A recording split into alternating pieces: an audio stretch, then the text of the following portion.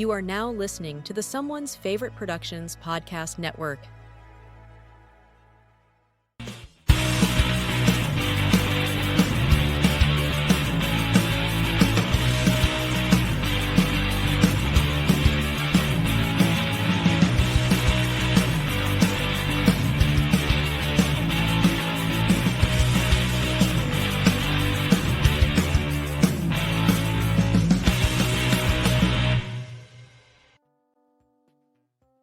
Hello there, everybody, and welcome back to Reconnected. Another Thursday here for all of you. This time, brand new, first-time guest that I'm very excited to be here.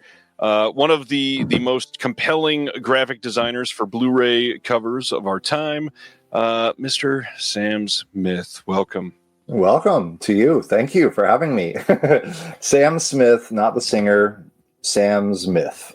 Yes, absolutely different thing. It's good to see you. I'm so glad that you're here. This is so cool. Yeah, thanks for having me. Super fun. Big Blu-ray collector as well, cinephile, the whole 9 yards. Excited to talk about all this. Well, the first thing, obviously, with Sam being first time here, all of the social links and all that stuff are in the description. Website is there. The shop is there. Open that in another tab. Save it for later. I think most of it is sold out at the moment, but I'm going to be watching for prints soon because I somehow don't have anything from you. But it is so much of an honor to have you here because there's so many things that you've designed over the years that are just some of the most memorable covers, and I am so eager to get to know you. Oh, thanks, man. That's too kind. Also musician and done all kinds of stuff. Podcasting. It's incredible. So make sure you follow everywhere. We got somebody asking if you're on Letterboxd, which I know you are. Yeah, I can just drop that in the chat too. I'm in the chat, so. But yeah, Sam Smith pretty much everywhere. Twitter, Instagram, YouTube. I make some YouTube videos every now and then with like film stuff, sometimes opening Blu-rays and whatnot. Or process videos on my work. So yeah, YouTube is a thing. Instagram definitely because visual medium, lots of poster images, all my graphic design stuff is there. And then Letterboxd and incredible. You have been doing this for quite some time now. How did you first get into art in general? Yeah, R1133. That's right. I drummed with Ben Folds. That is mind blowing. I adore Ben Folds. Oh, cool. Okay, cool. So how did I get into obviously as a kid loved art. Ed Emberley drawing books. Have you heard of those? I believe so. Okay, so they're like the step-by-step drawing books. That's what I think of as like first like drawing stuff. Just loved cartooning, drawing, and then also making movies with my dad. So I had a very like artistic childhood with my dad. Like my dad's an artist, so nice. He does all kinds of medium, but we would make movies and stuff. So I was doing like puppet movies, which of course I love stop motion animation as a result, but like we would do home movie not parodies, but my own spins on certain things. Like we had Bear Man for Batman and La La Scissorhands for Edward Scissorhands. So it was like I grew up and turned like 10 years old in 1991, like absolutely perfect time. Early 90s, late 80s, early 90s movies. Just became obsessed with movies as well. And so I would do my own posters. Like even as a kid, I would draw the Teenage Mutant Ninja Turtles poster. I would do the Dick Tracy, try to draw the Dick Tracy logo and all that stuff.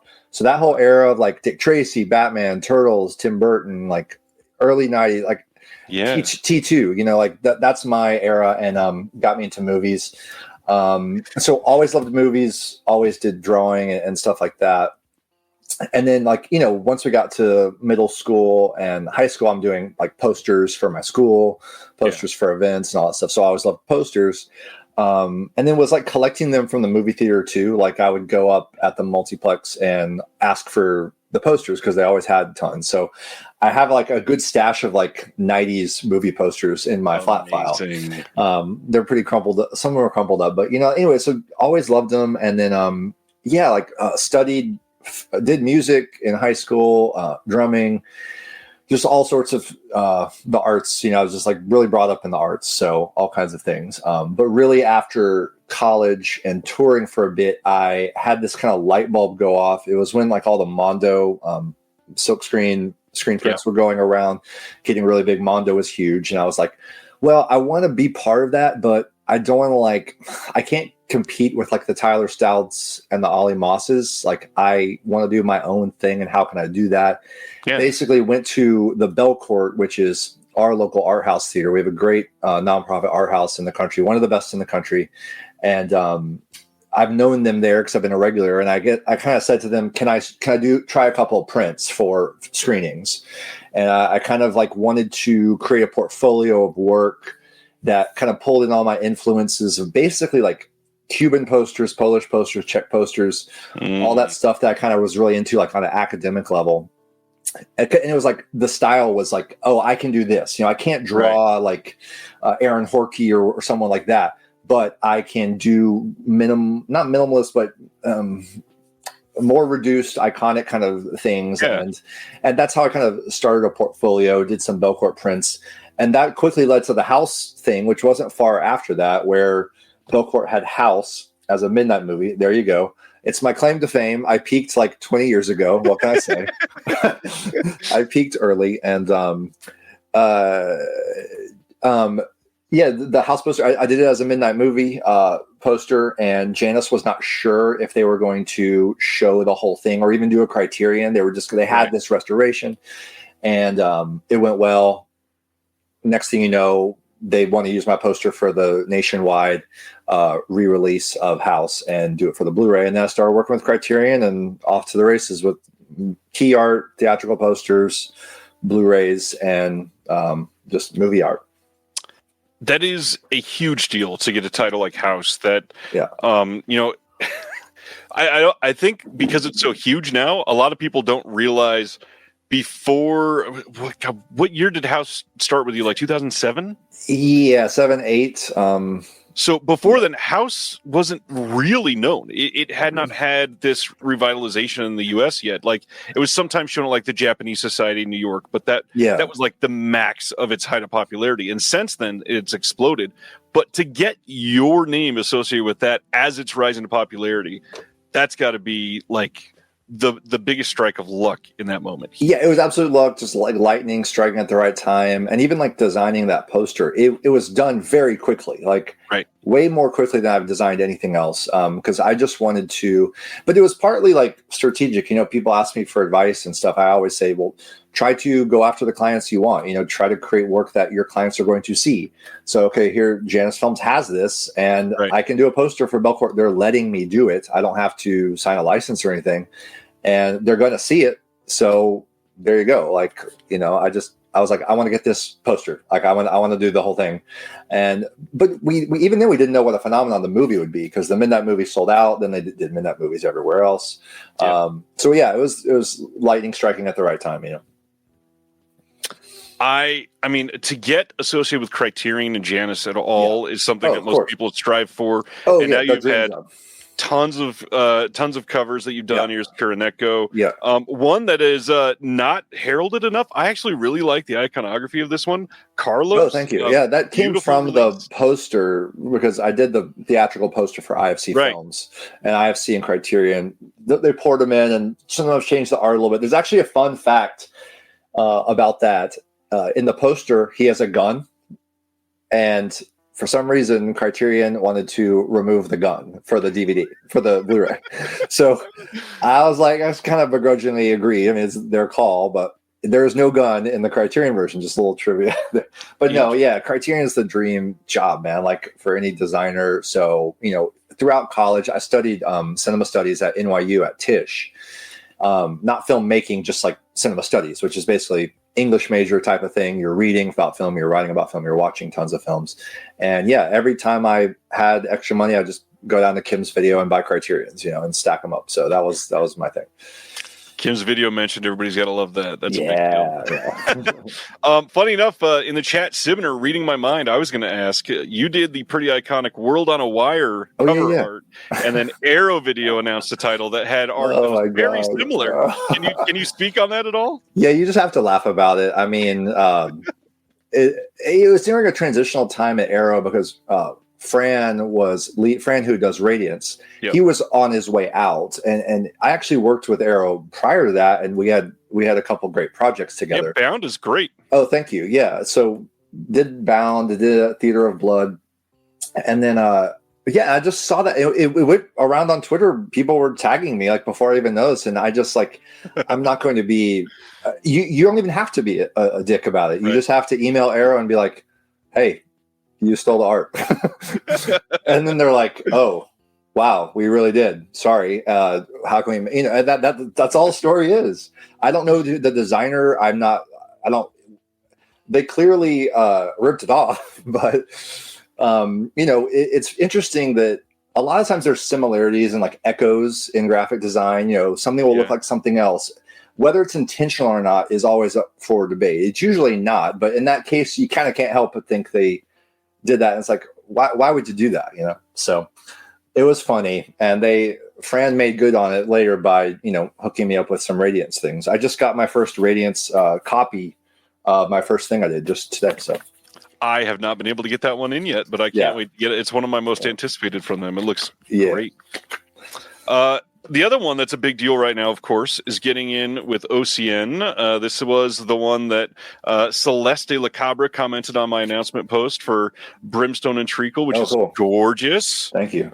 And then this just came in the last day and a half. Nice. Love Crime. Love Crime. And then I've got the other Cinematograph on the way in my next shipment as well. How'd you get in with them? So basically... my Criterion era was like a while ago. I did several things with them, and then I've toured off and on. So it's like I've kind of come in and out of doing key art. Some years have been more busy than others, but just something about the last year and a half of like what's gone on with physical media. Like I've always collected Blu-rays, but I was really like sleeping on it for the last 5 or 6 years, like getting Criterions on flash sales, but other than that, really not buying anything. And then all of a sudden, I just kind of like realized how much great stuff is out there. It was like, and I was like, oh my God, like it kind of all clicked at the same time, just with Radiance. I think Fran had reached out to me and I was like, oh wow, Radiance is really doing amazing stuff. And then, wow, I forgot how much great stuff is on Vinegar Syndrome and these other labels, and then finding YouTube channels and then finding you. And I'm like, now I'm just like obsessed with collecting Blu-rays again. It's very bad. But I think it was just like, I want to, for anyone, like it's not the same as it was before COVID. You as a designer, you just can't get the rates you used to get. There's a lot of stuff being done in-house and whatnot. But I was like, I still want to be a part of what these different labels are doing, even if I just do a couple things for a few of them. Like I want to be part of the library, and kind of like get in on what the cool stuff they're doing. So Justin just said, hey, you want to? I emailed him. I was like, hey, let me know if I can do anything for you guys. And I still didn't even understand like how Justin, like he does everything. Yeah. And he's like, hey, do this one for Cinematograph. And so I just took it. So I'm not being choosy. I'm just kind of like whatever anyone wants me to work on, give it a go. And the cool thing about these boutiques and the budgets being lower is like they're like no notes. Just like do your thing, and that's ideal because like I want to say, okay, here's my work. I make great covers. I hope you think so. And so we don't have to do like 20 versions of a cover, which is what you do when you work for a big studio or something like that. I've got probably 5 or 6 others with your art on the front, but one more that I wanted to shine a light on because nobody ever talks about the smaller companies like Cinema Guild, which you've done work for, or the first one that I got that I didn't know was you that did the art that made me appreciate it so much more. Grasshopper Films. Thank you. This is such a beautiful piece of key art. Thank you. And it's just I always just go back to the film. It's just I love Hamaguchi, man. Like That one in particular is underappreciated just because, Drive My Car was so acclaimed. And it's a different kind of movie, but yeah, thank you. I'm proud of that one. And Grasshopper is always Ryan and what he's doing. Ryan Cribochet with Grasshopper is awesome. I love doing anything he wants to do with me. So I've done a few there, and those have been great. Tonight after the announcements, we're going to talk real deep about some more of your stuff. Okay, cool. Do more of a interview style segment. But before we get into all the physical media stuff, what are you super into? What are some of your favorite labels? What kind of film do you like to watch? Wow, that's a good question. I love all the labels. Yeah, it's interesting. Like Criterion is still the canon, if you will, of a certain library of all time greats, and I've always kind of gone by that book, and love a lot of those auteurs that you see in Criterion. I particularly love what I and others have maybe called cinema of childhood. So particularly children. Not just children's films, but films about childhood, and also not just fantasy films, but oftentimes there is some kind of magical realist, like your Spirit of the Beehive. Miyazaki is like my guy. So like My Neighbor Totoro is like one of my all-time films. Those kinds of films I really love. Louis Malle. But favorite directors, I mean, Kubrick, Miyazaki, Bresson, Tarkovsky, Kiarostami. Those are that's my like Mount Rushmore kind of. So I really love the really serious, long art house stuff. Right. But not as much into horror as most the collectors. They all love the horror. Yeah. I'm not as much into horror. With horror, I really love something artsy. The Shining, Next of Kin, House, Footprints on the Moon. Yep. These are my favorite kinds of genre films. I think there was Kat Ellinger. Yep. So she said something on some show, and the term was the fantastique. Yep. And I was like, that's it. That's what I like, because I don't like gore. I don't like slasher or anything like that. But anything that's the fantastique, so not necessarily fantasy, but some kind of blend of the real world and something else. That's what I like. And shot well and great scores. I love scores. Well, after Tarkovsky gets mentioned, how does it feel to have a cover like Solaris associated with you?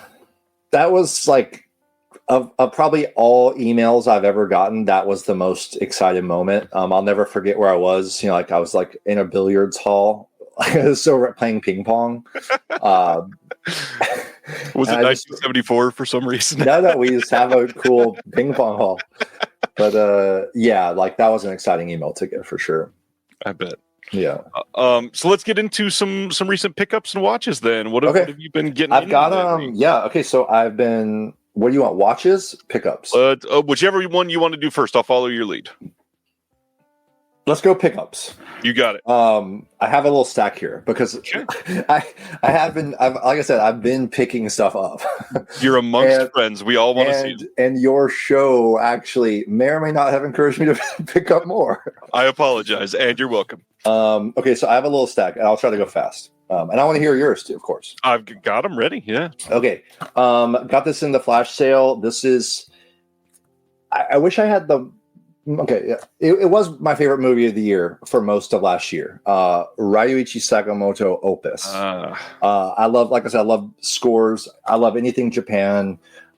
He is incredible. And the idea that he created this piece of art to serve as his final work. Yeah. And it's just 2 hours of gorgeous solo piano in black and white cinematography. And if you have to see this in the theater, it is a spiritual experience just to do that. And you just walk out of the theater, just like just absolute meditation, Amazing. And those are nice because they're only 15 in the flash sale, the Janus Contemporaries. Okay. This was a blind buy and I have not watched it yet. I bought this just for the trailer. It's a Severin standard edition. The Seventh Curse, Witch from Nepal. Now, I said I don't love horror too much, but this is a double. The trailer shows both films, and I don't know which one it is, but one of them I know I'm going to love, just because the way it looks and stuff. I don't. Curse, probably. Seventh Curse. Okay, so I'm excited to watch it. I bought it blind buy. The movie is wild. Okay, it is a trip. It's so many genres within one. You'll love it. And I love that kind of stuff. Like I do love. A couple come to mind, like this film Mystics in Bali. Do you know that? Okay. Mondo Macabro, yeah. And Lady Terminator, like that kind of a thing. The late, great Jim Ridley, I just have to shout him out. He was the editor of the Nashville Scene and the film critic here. He passed away, and he's like everyone who's in part of the Nashville film community just knows him as like the god of film writing and just the nicest guy. And he loved those kind of movies. And so he turned me on to some of those. And so even though I say I don't love horror, if it's something like this that's just really crazy and beautiful and psychedelic, I'm so into that. This was a blind buy as well from a sale. I look for the sales, Smart. I know nothing about these films. Old Arrow title, yeah, nice. I love discovering more Japanese cinema. There's a lot left for me to find, so I'm curious to check it out. This one I bought for the cover design because it was made by, in my opinion, maybe one of the best in the game, Adam Maida, graphic artist, and he did this one, Neither the Sea Nor Sand. Yeah, it's beautiful. And also just reading about the film, I was like, okay, this sounds up my alley. Just like dreamy, kind of gothic, weird art house. That's what I love. And then the rest, these are all just, most of these are just like standard Blu-rays. I should qualify by saying, okay, don't judge me. I promise I will not. And the chat, don't judge me. I'm choosing to do this ignorance is bliss thing when it comes to 4K. Okay. I have not. You'll save some money. I think I'm going to try to commit to just never crossing over. Okay. I don't know. Maybe not. Maybe I will. Maybe not. But anyway, I'm if there are better editions out there of some of these, that's fine. There might be. Yeah. These are just little things I've always meant to have and like fill out my collection that I love. Attack the Block. God, I love that movie. So good, right? It's perfect. So fun and underseen. Yes. D says good luck with that. Yeah. I have a movie room with a projector, but I feel like, as I get older, my vision's going to get worse. Yep. So who cares if I can't see the 4K? It's going to be blurry anyways. Ong Bak. I've not seen this one. Nice. What? Yeah, I'm still behind on it. Okay. I mean, I figure you've seen everything, but yeah, every now and then a great martial arts ballet type movie I really love. Love them. This I got, it is one of my wife's top 3 movies, and it is a Christmas tradition. So I wanted to make sure that I had my wife's favorite Christmas movie on Blu-ray. And when she introduced me to it, absolutely fell in love with this film. Meet Me in St. Louis. Classic. Just so good. I'm not, when it comes to old Hollywood musicals, it's not particularly my favorite, right? But the best ones I really love to appreciate and see. This is just one I've always thought was underrated. The Limits of Control by Jarmusch. Yep. Really cool film. And then I think you were talking about Almodovar recently. I was, yeah. Yeah, and so that reminded me, I need to make sure I have a couple of his that I don't have. So Pain and Glory is nice. An excellent one. And then lastly, this one I had to dig around for a while. It was rare, out of print. Some site was it? Arrow said it. They had it in print again. It was just in the store all of a sudden again. I'm like, what? So I bought it. Of course, for months I get notifications. We cannot find your item. I was like, yeah, because you never had it in stock. You don't get my hopes up like this. Right. They finally refunded it, and I went to eBay and just tracked it down finally. And this is a segue into watches because it's a Czech fairy tale film, which I told you I love. I love fairy tale type things, anything folklore, and I love Polish, Czech, anything from that era in the 60s and so forth. Beauty and the Beast by Juraj Hertz. Awesome. I love this type of thing. It's an excellent release too. Yes, and I love these second runs. I've gotten a few others. I love how the spines look, the design system is. I just love it. So yeah, those are my pickups. Amazing. Second run, for those that we don't talk about second run enough, they are out of the UK, but literally everything they've released has been region free. And they've got a lot of titles that aren't available anywhere else. So if you want, check them out during an Arrow sale. The Arrow store also carries their stuff. And during a sale, they're like £8. They're literally. so cheap. It's crazy. Once you get 4 of them, the shipping becomes worth it. So just get through 4 or 5 and you can do it very, very cheaply. Yes. All right. My recent stuff got in the 2 new Deaf Crocodiles. I Married a Strange Person. This is the Bill Plimpton deluxe edition that they just put out. And then one that Will and I have a visual essay on. This is Freckled Max and the Spooks. This is an incredible reimagining of a miniseries that they took a couple of the episodes and made into a feature-length film. And it's basically got all of the Universal monsters done in a silly way. Probably not fully for kids, but for preteens at least. It's a fun, relatable story. Another one that is a little older, but I had to same as you. I had to track down a version to get this because it went out of print. Watership Down for kids. Beautiful movie, and I missed out on the limited edition. It's one of my favorites, so I had to get it. Nice. And then the last thing is a huge package that came in today, literally today, from Severin. I got In My Skin. This is a French extremity film I've not seen, so eager to see. This is their first side cut slipcase thing. Oh, yeah. And then it came with The House of Psychotic Women, Volume 2. Nice. So eager for this. This has Butterfly Kiss, Morgiana, The Savage Eye, and The Glass Ceiling. Mm-hmm. Morgiana, same director as Beauty and the Beast. Yes, it is. That was a perfect way to go on about that. The big thing that I had bought with that package that I was more excited for is going to even be hard to show. This is, the Scala Cinema book that is £20 and probably going to be my favorite thing to go through over the next month or so. I'm not familiar. Scala Cinema was a theater over in the UK, and it was basically the theater that a lot of the people that we look up to found out about underground cult films of every single type. And they got around the British laws by you had to be a member of this theater to go see something. So you couldn't just get tickets. You had to become a member first. And now they can show you anything because it's a club. And they shared every type of film that you could think of. Cafe Flesh is one of the big ones that they showed many, many times over there. This book itself, it covers so much more of the history than the documentary did. But I will say, the doc itself, incredible. Everybody needs to go check it out. It is a beautiful, beautiful film.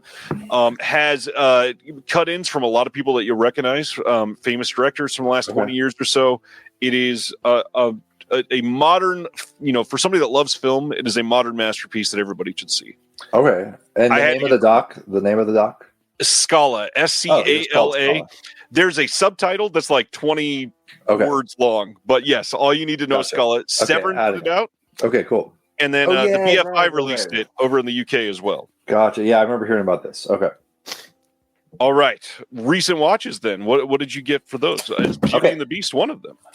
Yes, I rewatched it. I'd seen it before, back when things weren't as accessible, watching some kind of low quality version of it, which can be cool too. I really love watching a bootleg of something and then years later seeing it as it's intended. That's always fun. But yeah, rewatched that one. I checked off 3 huge ones. Huge. Okay. Dude, I did my first Patushko film. Wow. What'd you think? Speechless, dude. Which one?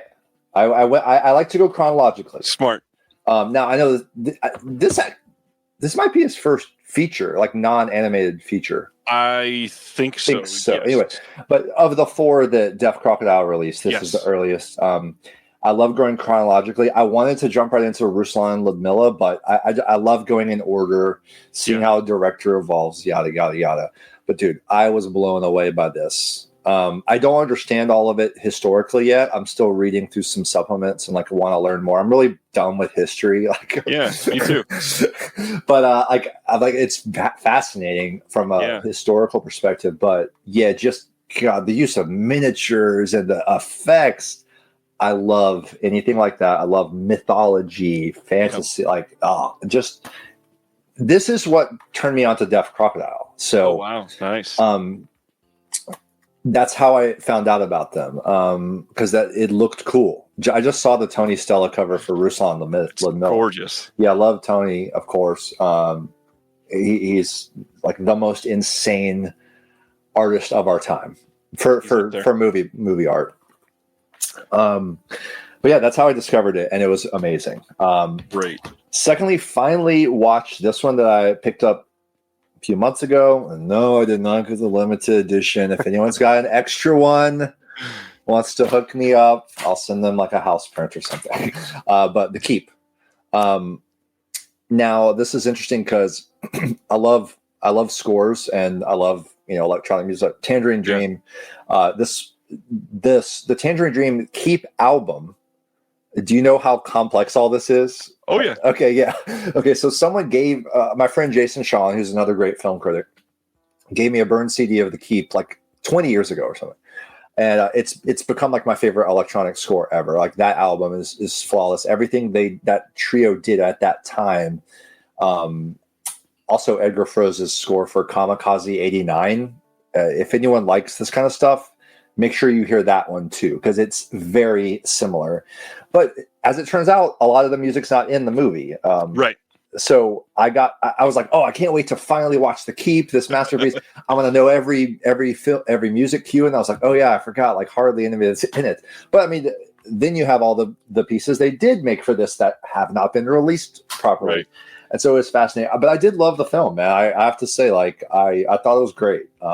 Loves the setting, the effects, I guess some of it's a little unfinished from what I understand. I don't know. I need to again read the supplements, learn how the history of the production. I know is very fraught and everything, but loved it.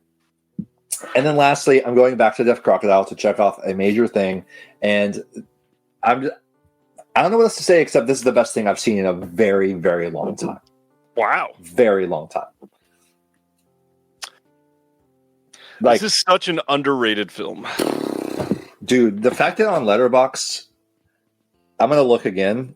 There are like the low amount of reviews. Yeah. Just how many people have logged it. That just speaks to how much discovery there is here for people. Yeah. Again, check Fairy Tale, the cinematography. Marketa Lazarova was a little tough for me to get through as much as I loved the cinematography. I appreciate it, but it wasn't fully like hitting me in the solar plexus. And this just hit like everything about it as like fairy tale cinema. This is probably the best fairy tale film I've ever seen. Like it is such an undiscovered as of yet gem that now people can watch. So obsessed with this release. So everything, Deaf Crocodile specifically leaning into this like folklore thing and all the Czech films. I'm loving all that. But this was fantastic. Everyone listening, definitely watch it.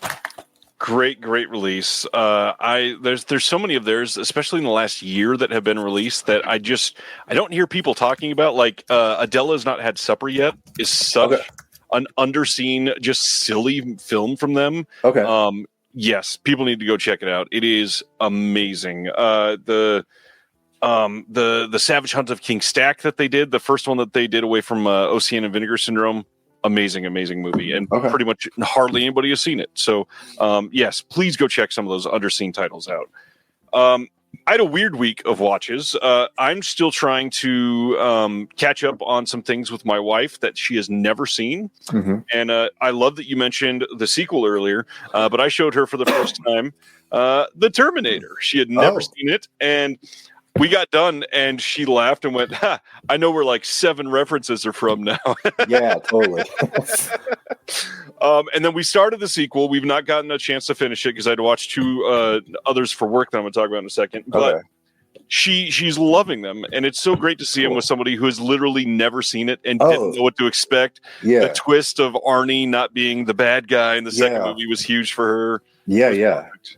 Do you have an affinity for one or the other, or just both equally great in different ways? Or I mean, they're equally great in different ways because it's kind of a tonal thing. The first one is essentially a slasher film. Yeah. And then the second one might be the greatest action movie of all time. So you kind of just got to go with what am I feeling today? If I want to do something that feels a little more Friday the 13th in a way, let's watch The Terminator. If not, it's Judgment. T2, like when I was, maybe we're around the same age. I don't know. You're probably younger than me, but just being like 11, 12 years old when T2 came out in theaters, seeing that teaser trailer in the theaters, where the guy's been being forged and everything. Whew, dude, like I just missed it. I think I'm like 3 or 4 years younger than you. I do too. It would have been the perfect time. It is one of those things that there's so much that I missed back then. But the other thing, you brought up Mystic Symboli and Lady Terminator, and funny enough, to let everybody know that next Mono Macabro podcast episode that's coming out, we're talking about 2 of their recent films, one being Cafe Flesh, the second Sayadian film that they've done in the last couple of years. They also did Dr. Caligari. But this movie, wild. I don't think I'd ever seen it before. Cafe Flesh is this weird underground sex film that is not erotic pretty much in any single form. But man, do they have a lot of it on camera. It's a really interesting slice of that life back then. It kind of just captures a piece of society that was really under talked about and undervalued at the time. And now so many of us gravitate to the cults and the underground and the cast aside that films like this are just, I don't know, like a weird warm blanket of it's odd, but somehow I feel at home while watching it. And then the other one, I loved this movie. They also just put out Bohachi Bushido. This is a samurai film in a way, done by Teruo Ishii. And this is about a gentleman that in the first 30 seconds of the film, he's surrounded and he jumps off of a bridge and tries to kill himself, essentially. And they don't let it happen. And he gets rescued and goes to what is basically a brothel. And I didn't know this was going to turn into basically a sex film too. But there's a lot of nudity in this movie and a lot of violence. And it's that same like Lady Snowblood type of over-the-top violence, which is great. The story itself is very fun. It's a beautiful 4K disc from Mondo Macabro. Highly recommend people check them out. There will be standards on both of those. I think both of the limiteds have sold out, but 4K discs, you'll be able to get them pretty much anywhere. Cool. Great stuff. Mono Macabro, do you have anything from them? It sounds like you like some of those. No, I mean, again, like I'm not as I don't watch at the rate probably like you or your viewers do. Like I have so much still to catch up with, you know, and I know everyone feels that way, but I don't know. I just kind of like take my time with like getting to things and like The Keep. I should have seen that a long time ago, but I was like, I'm gonna wait, and then it kind of pays off because then you get a great release of something. So the time comes and movies find you when they find you. So I'm excited to see more of that. So. Yeah, it's going to be a stellar year. I mean, some of the titles that we're going to talk about tonight. First of all, oh my God, Fabulous Stains! I have to like when I heard that Fabulous Stains news, that's one of my favorites, man. It's a beautiful movie. Beautiful movie. Okay, sorry. Go on. I expected it to be a light week and we'd have a bunch of time to talk about art and stuff. And man, the announcements just kept pouring in this week. It has been crazy. Okay, well, I'm behind then. I'm excited to see what you've got. Let's start blasting through them. Let's do it then. First up, just this little indie film called Raging Bull.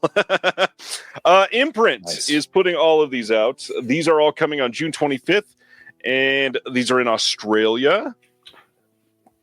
This first one, this is Raging Bull, like I said. The big thing is that this has HDR. The Criterion release, or this one has Dolby Vision. I don't think the Criterion one did.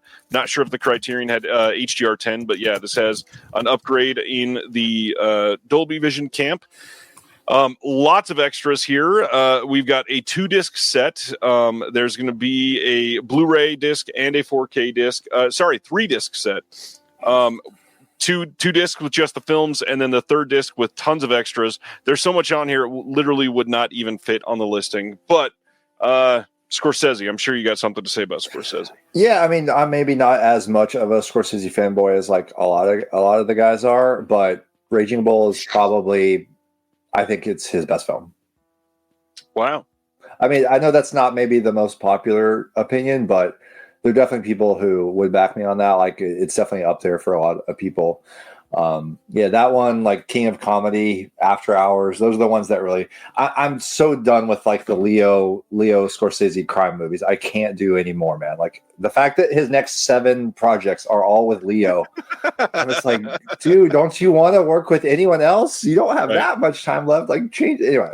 I can't go on about that, but. Well, we can talk about another Scorsese because he's also getting New York, New York. I haven't seen this one yet. This is one that has needed a decent release for a while. A lot of people call this Scorsese's worst film, primarily because De Niro and Liza aren't known for having the greatest of chemistries.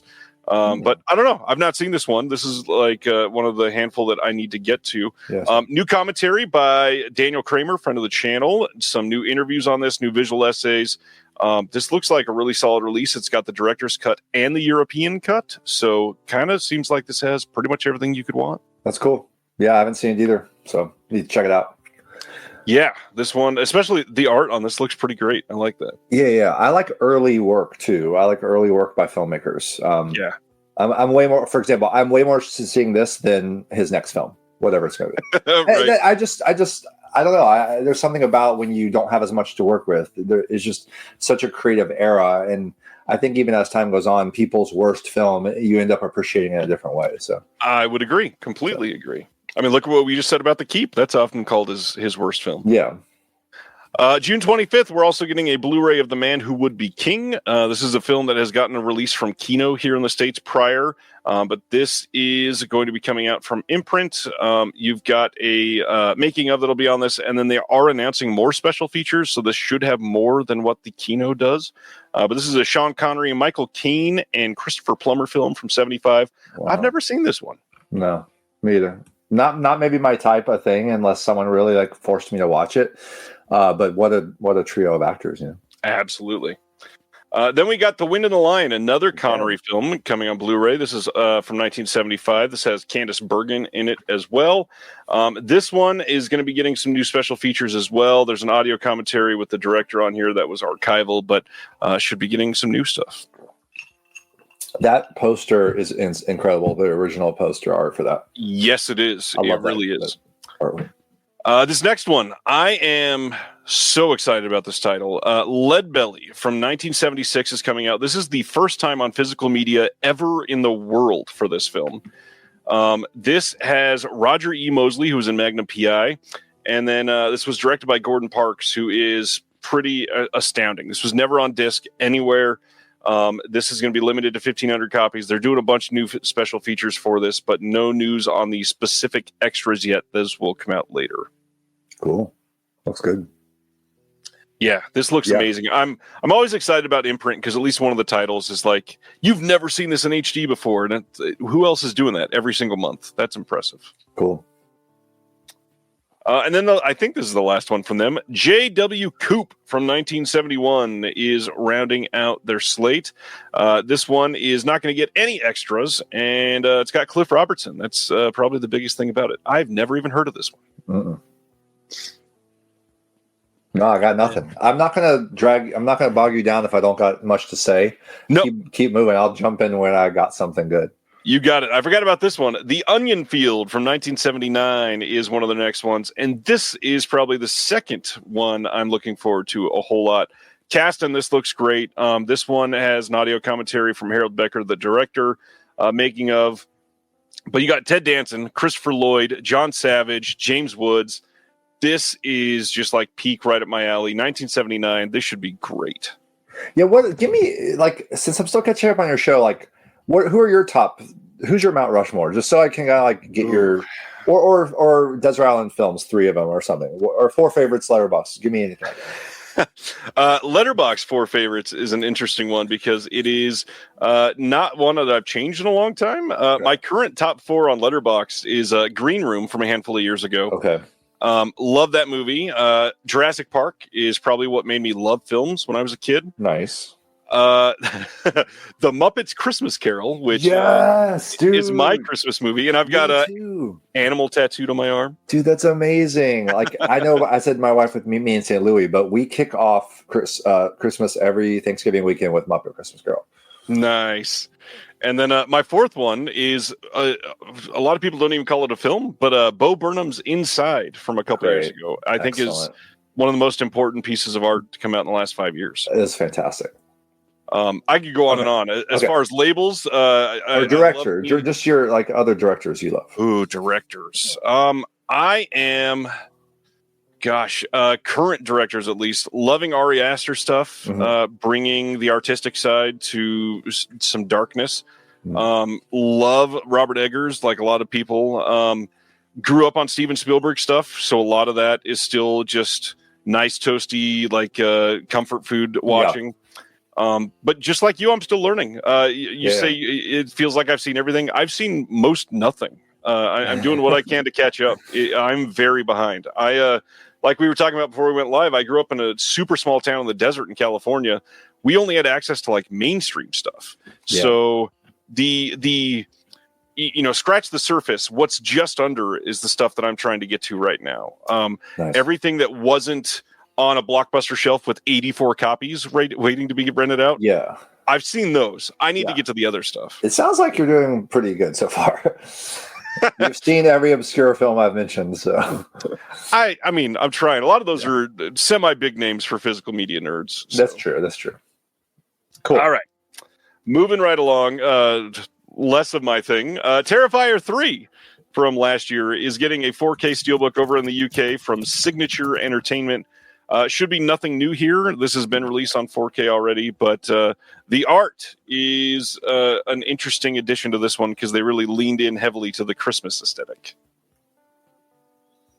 Are you a sucker for like steelbook packaging or anything like that? I own 0 steelbooks. I could not care less about them. That's just, I'm in that camp. I don't know why.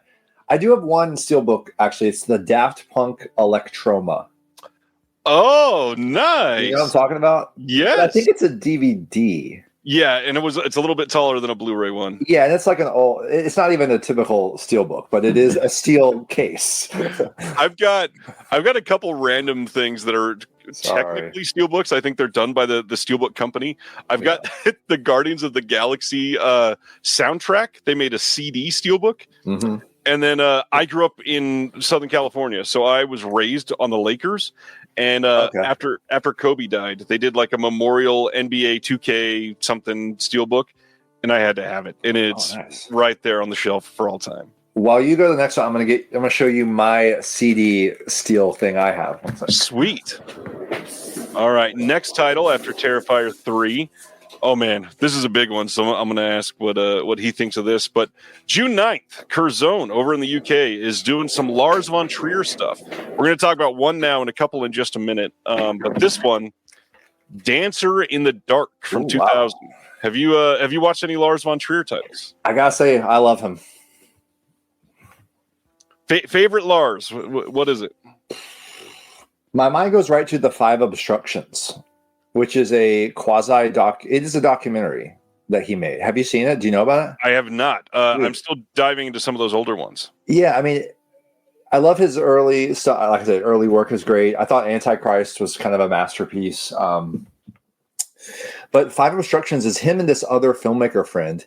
And the whole idea is he comes up with these 5 rules, kind of like Dogma 95 had these rules. And you have to make the same short film 5 times using these 5 obstructions, and they both do it. And so it's a conversation between them about filmmaking. It's great. Definitely put the 5 obstructions on your watch list. Anybody who's interested in that. I got lucky enough. I can't reach it, but it's Not a typical Von Trier, you know. It is that Curzon whole box set they did. It was only missing the title that's on the screen now. So now when I get this, it'll basically be a complete set. But I everything that I've seen from him is, at the very least, supremely interesting. Yeah. And you can't really say that for many directors. Yeah, I mean, he has some, you know, he's made some questionable statements, and he's a, you know, provocateur and all that. And, you know, with any kind of provocateur, you kind of have to take some of that with a grain of salt. But when it comes to the art, like, I think that what he did with Melancholia, like I said, Dance from the Dark, Breaking the Waves, they're just very powerful works of film. Yeah. So Dance from the Dark, a little bit of a reminder for everybody that has not either paid attention or don't understand or don't know the history. This isn't even true HD. This is going to come at, I think it's 480p is going to be the max that this is going to be able to hit. You got a bunch of extras on here, but essentially you're going to buy this for the quality of the disc to be able to last a long time. It'll be better than the DVD was.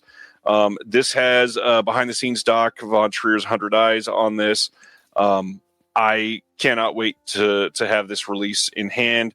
And for those that have seen it, you'll understand the braille that's on the cover of this is a really nice touch.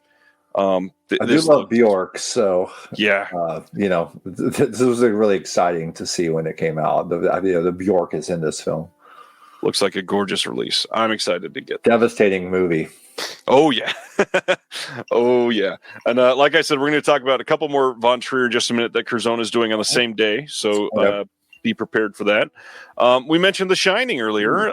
It is getting yet another 4K release. This is the exact same disc that has always been coming out. This is a 4K steelbook coming from the Film Vault. Should be coming here in the next couple months. It's the Film Vault essentially is just let's put all kinds of crazy packaging on the same studio disc that you've been getting for the last 3 years. Gotcha. And that's it. So they'll happily charge you $60 for a whole bunch of plastic. And if you already have The Shining, you probably don't need this. But if this is your first release and you love the movie, this is a great release. I won't shit on it for that. But one that a lot of people don't have the 4K for because it was kind of difficult to get at first. Poltergeist, also getting that exact same style of release from the Film Vault. I believe both of those will be releasing on the same day. It is a steelbook in this weird PET plastic case, a bunch of art cards, some fold-out posters, stuff like that. It's for like the super fans of these films. That and somebody that thinks my shelves are not full enough. Yeah. Next up, a beautiful movie from last year, Flow, that I wish I liked more. This is coming on 4K over in the UK from Curzon again. This will be coming on June 30th. I loved this movie. The art style wasn't for me, and I don't know if that's just me being picky, but it felt like a video game a lot of the time, I will say. Yeah, I mean, it kind of has to be said because, like, it is. I mean, it's a low budget film. Like, I thought the environments looked great. I agree. The close-ups of the animals, it did feel like, oh man, this is so close to working, like stylistically and all gelling. Yeah. But it's such a beautiful film overall. The feeling of it, no dialogue. I mean, what a great idea for a film that I kind of just. I give it a pass. I thought it was great. I agree. Yeah. And one of the biggest things, I've got 2 kids, both have autism. One of them also has ADHD. All 3 of us sat silently and watched this entire film, and that blew me away. For a movie with no dialogue, that is incredible. Absolutely. We need more of it. Something we might not need more of. Rad has gotten multiple releases recently, getting a collector's edition release from Mill Creek again on June 17th, coming on Blu-ray. But the big thing, they added the brand new documentary called A Rad Documentary. Reminder for anybody that might be pre-ordering this, this is also getting a 4K release out of Australia from Umbrella over the next year. And I don't know for sure, but my hunch is it's Umbrella. They're probably going to release the documentary with that one too. So my suggestion would be to not get this. Gotcha. Still haven't caught up with this one. I have a friend from college who this is one of their favorite movies of all time. So I will be forced to watch it at some point. So, I mean, talk about missing. I'm a little too old for this. Too young for this one. I didn't catch this one when I was a kid, so it doesn't have the same nostalgia factor. I could see why it would have been great if I saw it when I was 9. Did not love it as an adult. Yeah. This one, however, I did love, and I think this is a hilarious idea for a steelbook. June 9th, Entertainment and Video over in the UK is giving us a 4K steelbook of Baby Girl. This is Nicole Kidman standing in a corner on the cover, and then the inside, of course, has a picture of the dog and a glass of milk. You can pre-order this now. If you're in the US and you really want this steelbook, you can get it from Brother Belial. Pre-orders for that are available. Should be pretty much everywhere out of the UK. You mean there's no plastic slipcase that has liquid milk in it that you can? Come on. We'll be hitting that innovation in probably 2 or 3 years. We'll have the milk video. Yeah, you can actually drink milk out of it. We'll re-release. What was that movie from about a year and a half ago with the bathwater? Oh God, Saltburn. Like all the vinyl records, they're doing it. Yeah, the Friday the 13th with the blood in it. Yeah. Next, I think this is a really sad idea of a steelbook, but man, I actually really liked this movie. I haven't seen it. I don't know, man. I've been burned too many times. I get it. I disagree, but I get it. May 19th. But this is the most tempted I've been to revisit to come back in. It feels like a classic for the first half, but if you felt burned over the last 10 years, you're probably going to feel burned by the second half. Okay. That's what I figure. That's what I've heard. This is Warner Brothers over in the UK putting out Trap from last year in a 4K steelbook. It's got all the same extras that have been on the other releases that have been coming out. And I really wish they had done something different with the steelbook. I do like when we get original poster art, but for a steelbook, the art should be a little special. And it just is not quite enough to make me feel like I need to buy a premium package for it. Okay. Going to the next one. Speaking of second run, which we don't get to a lot, so I'm glad you brought them up. May 26th, there's a Blu-ray coming of Ishanu. This is from 1990. I probably said that terribly. I am not known for being a linguist. This is a film that juxtaposes the spiritual world of the Mybis with the rhythm of ordinary life. This is going to have a new 4K restoration by the Film Heritage Foundation. Newly filmed interview with the director of this piece of Indian cinema.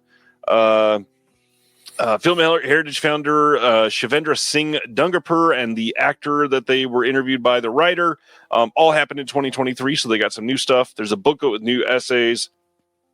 Lots of stuff coming. I'm glad that they're putting out an Indian film. This is pretty exciting. Yeah, totally. I mean, their curation is great, so this is going to be on my radar now. Yeah, they do some films again that like nobody else would ever put out. And another thing to mention to the listeners, like another region I, no pun intended, have not entered is region free. So I mean, I'm sure I can buy a region free player any day, and I will. But but the nice thing about second runs is most of them are region free. Not all of them, but you do need to check each one. If you don't have region free, I guess most of your listeners probably do. But just check that before. But most of them are good. Every time we bring this up, we have a couple that in the chat will say, I'm never going region free, region A forever. So there you go. So for those people. Let's see what is next. Next up is, again, Lars von Trier from Curzon. This is also coming on June 9th. We're getting a standalone edition of The Idiots. This is from 1998. This is looked at as his masterpiece by a lot of people. This is a beautiful movie. It's got a making of on here. It's got behind the scenes doc, all kinds of stuff that has been on, associated with this film for years. How do you feel about The Idiot, sir? I haven't seen it yet. Some of his early work I need to see still. So excited, just kind of saving it. And maybe this will be the time to go. Well, this one will be locked region B. Yeah, so I'll have to cross over. They're also doing Dogville on that same day. This has, again, all the same extras that were in the box set. And this is another one that it seems like all the Von Trier titles get sort of equally sliced for a lot of people that think that it's their favorite one. But the big thing with this one, other than Nymphomaniac, this is probably his most mainstream cast. We've got Nicole Kidman, Paul Bettany, John Hurt, Stellan Skarsgård, Philip Baker Hall's in this, James Caan, Udo Kier, not in it for a long time, but the cast in this, astounding. Yeah, and this is a hardcore one. Like, if you can get through this one, you can, in a way, get through any of them. It's not that it's graphic. In fact, it's not. It's all on a stage. It's got this Brechtian thing. That's the whole, like, the cover is showing the plot of the house. And it's all just an imaginary house. It's like a play. So you're imagining everything. It's just a acting film. And he gets the performances he gets, especially after out of actresses. I mean, Kidman, just like, this was when she really started going on a tear. Yeah. Some of these incredible performances. Since we've had two Kidmans in the last 5 minutes, one thing I want to shout out, back in, I think it was 2016 or 2017, she made this big public pledge that every time that she works with a director, she would alternate at least and I think the promise was do at least one film with the female director every year.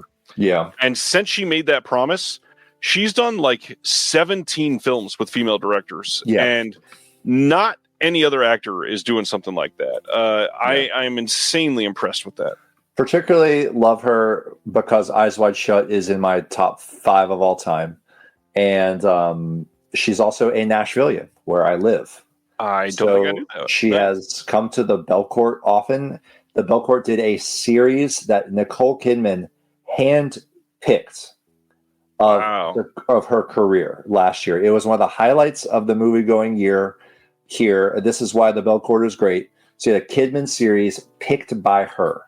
What did she pick? Do you remember? I mean, she picked kind of what you'd expect, kind of just these really interesting Dogville, Eyes Wide Shut. A film I'm going to mention later in my top 5. Interesting. She's just worked with so many great people. She's incredible. Yeah. All right. And of course, I clicked the wrong thing. Oh. Let's talk about a brand new movie. Borderline from this year is coming on Blu-ray in the U.S. from Magnolia on June 10th. This is with Samara Weaving, and the other one is Ray Nicholson. This is Nicholson's son, Jack Nicholson's son, who is exploding right now. Really? He had a small part in Smile 2, and they used him as the poster, and now he is one of the two main actors in this one. And I've loved Samara Weaving in most of what she's done, so I'm curious to see this one, but not heard amazing things. This is the first I've ever heard of this or his son, Jack Nicholson's son. I did not know that. Yeah, he's got the same 1978 Jack style smile. Yeah, when you see him. Okay. Next, Kino is putting out King and Country here soon on Blu-ray. This is from 1966 with a hell of a evocative poster that they're using here. Yeah, is that the cover? Because that's just a poster, full on. That when they don't have a release date, they do not share the cover. Oh, gotcha. This might be the reverse of the cover when they put it out, but this is just the original theatrical poster. Got it. So yeah, we don't know when this is coming out, but it'll be a 4K restoration that Studio Canal did recently. At that point, they might update it to UHD, but probably not. Mm-hmm. Then the next one, this one will be a UHD. Uncommon Valor from 1983 will be a 4K release from Kino here soon. It will be a brand new HDR and Dolby Vision master. Again, huge cast. This is one that, when Gene Hackman just recently passed, got brought up quite a bit. Okay. Gene is the main lead in this. We got Robert Stack, Fred Ward, Patrick Swayze. This is quite a big one and directed by somebody who just passed like a week and a half ago, Ted Kotcheff. So this is a very timely release from them. Okay. I've never seen this one, but I'm certainly eager to. Yeah, same. I got some Hackmans to catch up with.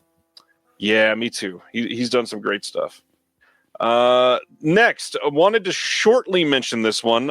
My magazine that I put out, the Physical Media Advocate, handful of things I wanted to remind everybody. If you're a writer, if you're an artist, if you review films or physical media, and you wanted somewhere to put out your work, I would love to share that with the world. Reach out to me, send me an email at disconnectedmedia@gmail.com. The other thing is we do letters to the editors. If you've ever had like a question about a film itself or about physical media, if you're too embarrassed to ask a label, I'll go ask for you. Send me an email. We'll print your question and we'll try to answer it as well. And then the other thing, if you run a boutique label or you run a theater or anything like that, we are happy to advertise events for you or any sort of releases that you got coming up. Just again, send me another email. But yeah, we got a brand new issue coming out on May 1st. And super excited for what it is turning out to be because it's going to be an astonishing one. How do you do it all, man? That's so cool. I didn't even know about this yet, and it's just you got a lot of iron. You're cooking, man. You're cooking. We'll talk afterwards. Give me an address. I'll send you a copy. Okay. I didn't even know this was a thing. On June 24th, N Circle, who is like a subsidiary of Mill Creek, they're putting out a Blu-ray steelbook of Sonic Prime, the complete series. I guess this was a Netflix show. I had no idea about this, but yeah, this whole thing is coming out here soon. Coming out in June. The biggest thing here, I'm always excited to see stuff that was locked on streaming get physical releases. I hope we get more and more of those.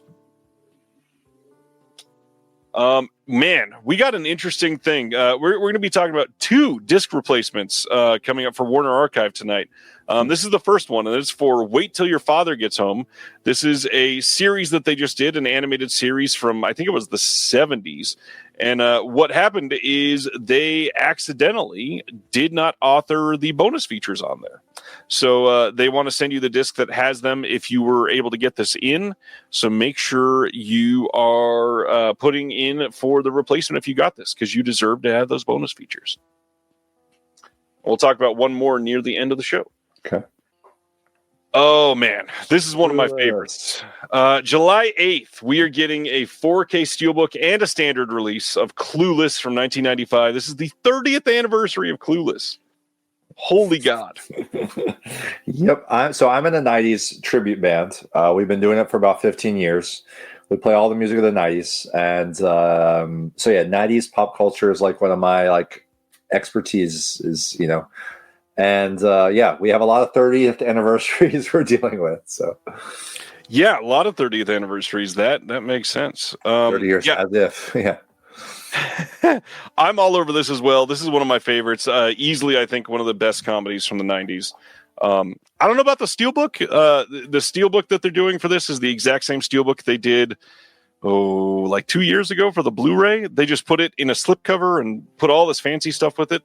I don't need all that. If I can get the standard 4K for like $15-20, I'll jump all over that. This one, I have heard great things about this one. Okay, yeah, have you? June 17th, Magnolia is releasing a Blu-ray of The Assessment from last year. This is a film with Alicia Vikander and Elizabeth Olsen and Himesh Patel. I've heard this is a very trippy film. And the people that have said that to me seem to have a lot of the same taste when they talk about that sort of thing. So yeah. I'm curious. Anybody in the chat seen this one yet? I've not seen it yet. I love Vikander. Yeah, she's great. There's this film called The Light Between Oceans, and it's actually where she and Michael Fassbender worked together for the first time and then fell in love and got married. Wow. And if you've seen a movie where 2 actors are literally falling in love on screen, the performances are so real. Like it is. I saw that and I was like, she's my favorite actress of her generation. Just like, wow. So that it's just a period romantic drama. There's nothing genre about it, but if you just want to see great performances of Alicia Vikander, so hell yeah, that sounds great. Yeah. All right. We've been talking about this for the last month and a half because of the multiple updates from this and it selling out and people going crazy. And if you remember, I told you every single time there will be a standard release of the Beyond in 4K. You don't need to worry about it. And just like I said, July 29th, you're getting a standard release of the Beyond. This will be available everywhere. The crazy thing is, every time I've been talking about it, I said they may drop a disc or two because this is a 6-disc release. They're not dropping anything. This is going to be a full 6-disc release. This is a great film. I love it. But to have a standard edition for this that is still 6 discs, essentially, this is probably going to be $60 to $65 always. And then, like, once a year, probably around Black Friday, they'll have a sale on their site, and it'll probably go down to about 40. But you're probably never going to get it under that. You're not going to get something with only like 3 discs. The standard is the deluxe. It's everything that came in the original release except for the plastic eyeball. Everything else is the same. That's wild. And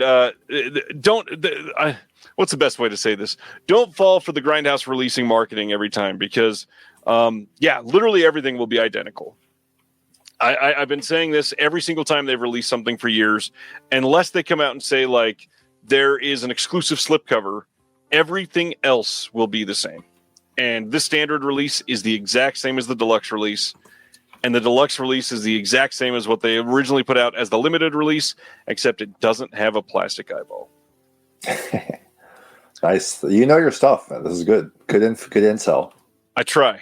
May 27th, Universal and Blumhouse putting out The Woman in the Yard from late last year. I never even saw that this got released. I thought this was supposed to come out early this year, but I guess it came out earlier. This actually has some extras on here, a couple featurettes, nothing crazy. Again, anybody seen this one? I've heard literally nothing about this one. No. Yeah, I imagine that you had not. No, yeah. I mean, again, it's not totally my genre, but still, I mean, I keep up with everything that's coming out, and I'm pretty aware. But yeah, I hadn't heard of this. I saw the announcement. Intriguing art, intriguing key art for sure. Yeah, it's something that'll make you pick it up off the shelf at least. Yeah. This one, June 25th, Germany, and Cape Light Pictures is putting out a 4K steelbook of Maxine. Now, this is one a lot of people in the U.S. have been speculating that A24 should release a 4K set of X Pearl, which I'm wearing my Pearl shirt tonight, and Maxine in like a 3-pack. We have no information on that. Do I think they will? I mean, they like money, so probably. But when is that going to happen? Because now Maxine has been out for, in 2 months it'll be a year, and we still don't have any clues, any announcements, nothing. It's hard to gauge. I did love this trilogy, man. It surprised me. Like again, not horrors, I guess it would be horror, but I don't know how you guys define this trilogy, but. Yeah, I was just really. I think I saw Mia Goth in Suspiria, the Luca version. That I love that film. Like, talk about like art house horror. Suspiria was phenomenal, and it made me want to see this just because Mia Goth was so good. And I saw the whole trilogy, but I didn't see them until Maxine was coming out, and they did the re-release in theaters of the other two. So it was like once a month, and so I went to see all 3 in theaters in like a month, and it was really fun. That had to be a pretty damn exciting experience. Get them that close on the big screen. And I didn't know how they were all going to. I didn't know the whole thing about Pearl being a backstory and all this. So it was just really cool to see this concept of a trilogy. You know, it's just you don't see like that kind of vision for and Pearl maybe it's the best. It doesn't matter which one's the best or if they're all great or not. It's just like the whole idea of it is really cool. Do you have a favorite of the 3? Probably Pearl, Yeah. It's a beautiful movie. All right, so that is Maxine. Also from Germany, a random ass movie. May 29th, Cape Light is putting out a 4K steelbook of Over the Top, the only arm wrestling movie ever to award a truck to the winner. What? Okay. Yes, there's an arm wrestling contest, and the winner is meant to win a big rig truck. The art, the concept, it's all over the top. Everything about it. It's Stallone, so yeah. Yeah.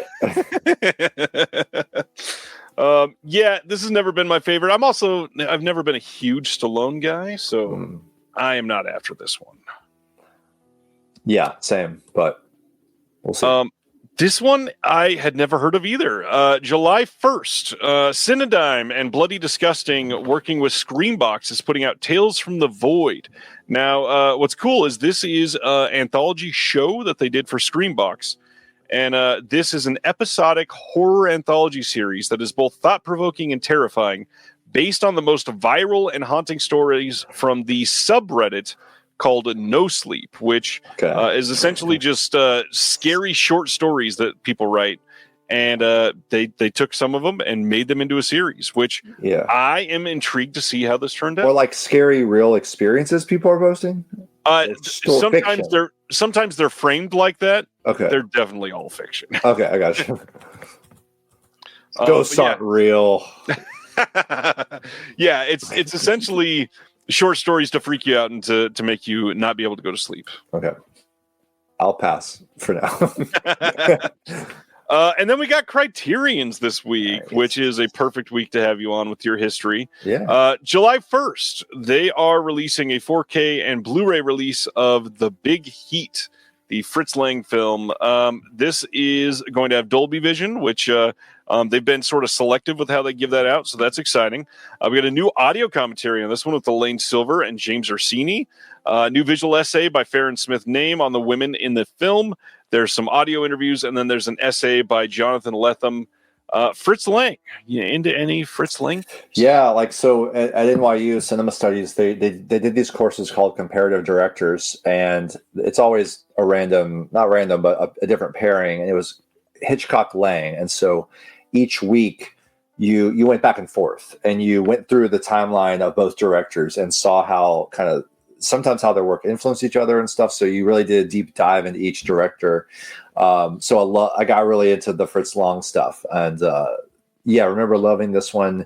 And shout out to one of my friends, Sister Hyde. Sister Hyde's amazing. Yeah, Drew did this awesome art.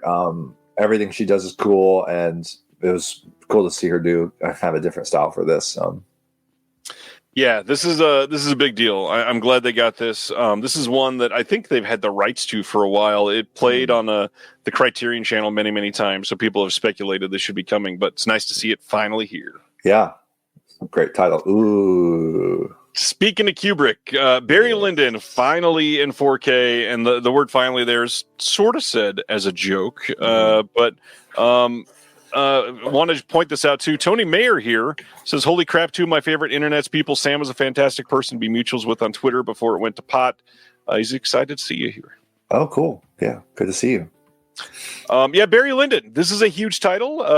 People speculating that most of the rest of the Kubrick stuff should be getting Criterion 4Ks eventually, but this one is probably the one that was guaranteed the most easily.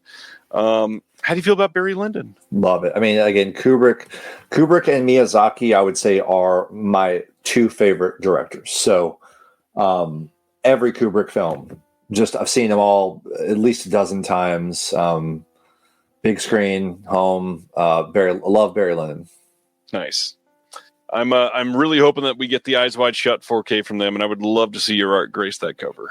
Oh, yeah, I did do a print for that one. It's a beautiful, beautiful print. Thank you. This is a big one too. Yeah. 4K and Blu-ray release on July 15th of The Adventures of Antoine Donnell. This is everything. We got the 400 Blows, Antoine and Colette, Stolen Kisses, Bed and Board, Love on the Run, Truffaut box set. So much that people have wanted for a long time. Obviously, the 400 Blows is known as one of the absolute stone cold masterpiece classics. We've got new 4K restorations here. All of this sounds great. Lots of extras on here, essays, everything. This looks like a really solid release from them. Yeah, man, I've been waiting for this to come to Blu-ray in this box. I was hoping that they would do this box again because I had the DVD and just the packaging is so great. I don't know if you probably don't have the slideshow right there, but how each title is like a sweater or a shirt from his life. If you don't know these movies, it's the same actor over many years. And if you've seen Linklater's films like the Before trilogy, which are some of my favorites, or Boyhood, those are all, Linklater always cites these films as an influence. Like, could we use the same same actor for all these decades? He's doing another one right now with Ethan Hawke, I think, again, for like the rest of his life. They're making a movie. And so I love that idea. And then, with just like the cinema of childhood I talked about, 400 Blows is just one of the great films of coming of age. Yeah, it's a big deal. This is a huge month from Criterion. I'll just say that right now. Before we get to the end. Next up, July 22nd, Carnal Knowledge. Speaking of Jack Nicholson, we get a 4K and a Blu-ray on this one. This is interesting because Indicator had just announced that they're doing a 4K of Carnal Knowledge. So now you can compare the two. And in all reality, the extras on Criterion's is not bad. We got a new audio commentary on here, new program with the Mike Nichols biographer Mark Harris and film critic Dana Stevens, new interview with Bobby Osteen on the film editing here, some archival conversations, Q&As, that sort of thing, and then an essay by Moira Miguel and a 1971 piece from American Cinematographer about the look of the film. There's so much on here that I'm not going to say you should pick up both, but I could see why somebody would want to own this and the Indicator release. They both look like stunning releases, and it's going to make it difficult to choose for sure. Cool. Yeah. I remember seeing this one in college and haven't revisited since, but it was great.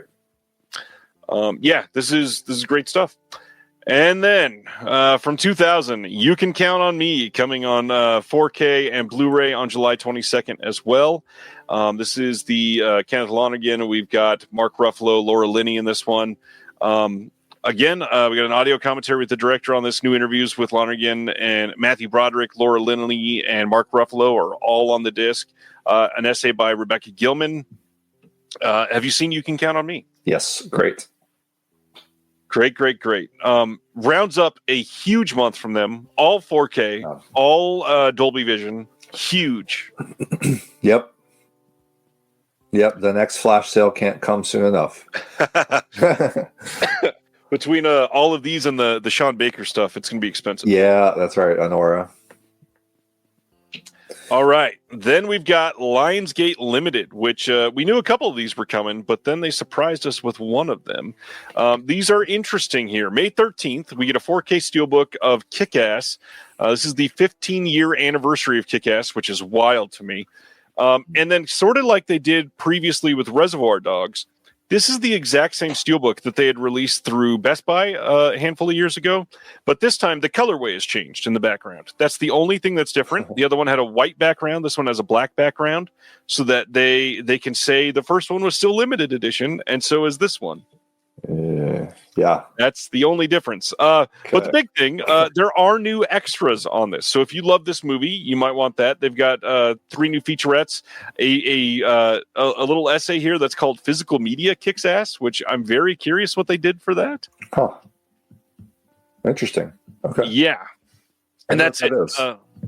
Everything else was on the disc before, so not adding a whole lot, but at least there's something new for people that want this. Mm-hmm. Then the next one. This is one I'm genuinely excited about. The Crazies from 2010, also getting a 15-year anniversary 4K steelbook release. Now this is the first 4K release of this film ever. This is a brand new steelbook art for them. All of this is coming with a brand new audio commentary with the director. We've got a handful of other featurettes, including an alternate ending that were not on the previous disc. And all of the legacy special features are with this as well. This is a pretty incredible looking release of this film. And I don't know what everybody in the chat's going to think of me saying this. I think this is much better than George A. Romero's original. I love this movie. Yeah, I'm not hip to it. Do you like Timothy Olyphant? I have no feelings either way. Touche. Most women would disagree. Okay, yeah. I love Olyphant, and yeah, I think he's pretty great. Okay. Next is May, also coming from Lionsgate Limited. This is coming on May 13th as well. This is a Blu-ray release of May, same as what Second Sight did over in the UK. And what's interesting is this is part of the Vestron video collection, which sort of makes no sense because this was not a Vestron video title when this was announced because Vestron had ceased to exist by the year 2002. This is just sort of an odd addition to all of the titles that they put out previously. And this is exclusive to the Lionsgate Limited website. So if you really wanted this one and you don't have the second site, this is the place to get it. I'm glad that this is getting a Region A release and that it has all of the same extras as the second site. But man, it is cutting off a lot of people from being able to purchase this, and it is sort of rough to see their prices go up. They had, for a couple of years at least, gone from about a $25 to $30 MSRP all the way down to like a $15 MSRP, and now this is all the way back up to $25. So this is likely going to be what it's going for in the future if they do more Vestron titles. I'm assuming you haven't seen May? No, again, not on my radar, this one. So this is a version of the Frankenstein story. Okay. It's very good. This is a very, like, we'll say, awkward cult art house film. Okay. If it's art house, I'm in. Certainly in some ways. I love this artist, Matt Ryan Tobin. He's incredible. Yeah. I really love the Pearl paper, like the Maxine paperbacks he did. Yep. And yeah, just all of his stuff is really good. So cool poster. Matt did the art for one of my favorite movies from last year, The Last Stop in Yuma County. He did the art for, I think it was the Umbrella release that he worked on. Okay. And, he just did great stuff for it. Oh yeah. Okay. Cool. All right.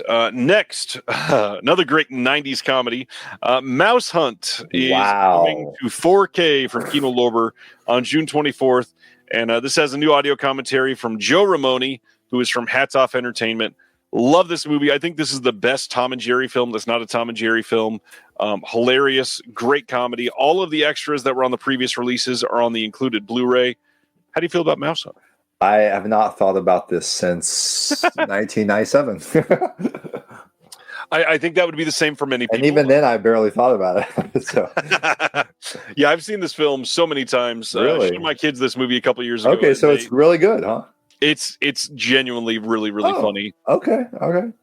It is a blast. All right, I'll put it on my radar. One of the more exciting ones for a lot of people this week, July 22nd, Paramount releasing a 4K Steelbook of Small Soldiers from 1998. This is the Joe Dante film that brought a lot of people to Joe Dante. This, of course, is just an incredibly fun movie. Blast from the past for a lot of people that haven't seen it for years. What's crazy is this was languishing on DVD for years and just got a Blu-ray for the first time like a couple of years ago. So for Paramount to put money behind a 4K is really impressive, actually. So I hope this does well. I hope everybody's able to get a copy. This movie is fantastic. Have you seen Small Soldiers? I haven't, and I was like 18, senior year or so. So I remember thinking like, this looks silly. It didn't hit me at that time. So I just never did. Totally get that. That makes sense. Next up, Michael Haneke. This is back on the Umbrella site. This is the collection that we had talked about a few weeks ago, but there's been some changes.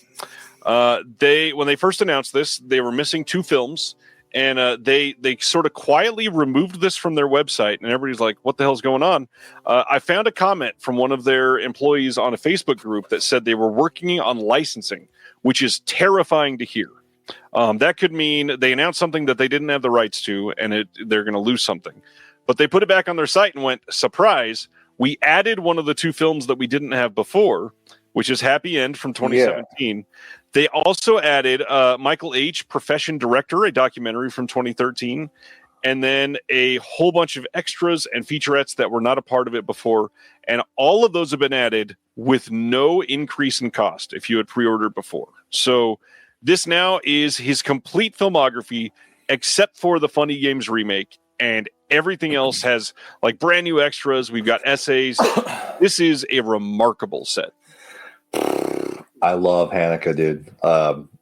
Yeah, it's interesting because like I it's something I don't like the gore. I don't like the horror. I don't like violence. Right. So if you are going to make a violent film, it's got to be at this level for me. The way he treats violence, he is saying something. Yeah. And that's what I want and need. And just the formal rigor of his films. Love Haneke. What one would you say is your favorite Haneke then? Oh, that's so hard. I mean, my mind goes right to Cachet because it was like my introduction to him, or Cash, however you would say that word. I forget. Yeah. With the Julia Binoche, that brought me in. I think it's what I would recommend to people if you've never seen one. It's a good entry point.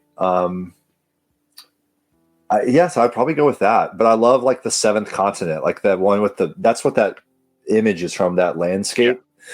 Yeah, like I think it's his first feature. Yeah, I think it's his first. And I love seeing a director's first film. I mean, like, what are they coming out of the gate with? What do they want to say? And yeah, it's a phenomenal film. Sibner is saying, how much is it? It's hard to answer because it depends on the site that you're ordering from. It basically is going to range between like 220 on the low end to like 245 on the high end. And the big thing is if you order it straight from Umbrella, you already get free shipping just from this one title. Okay. So no matter where you are, that's pretty huge.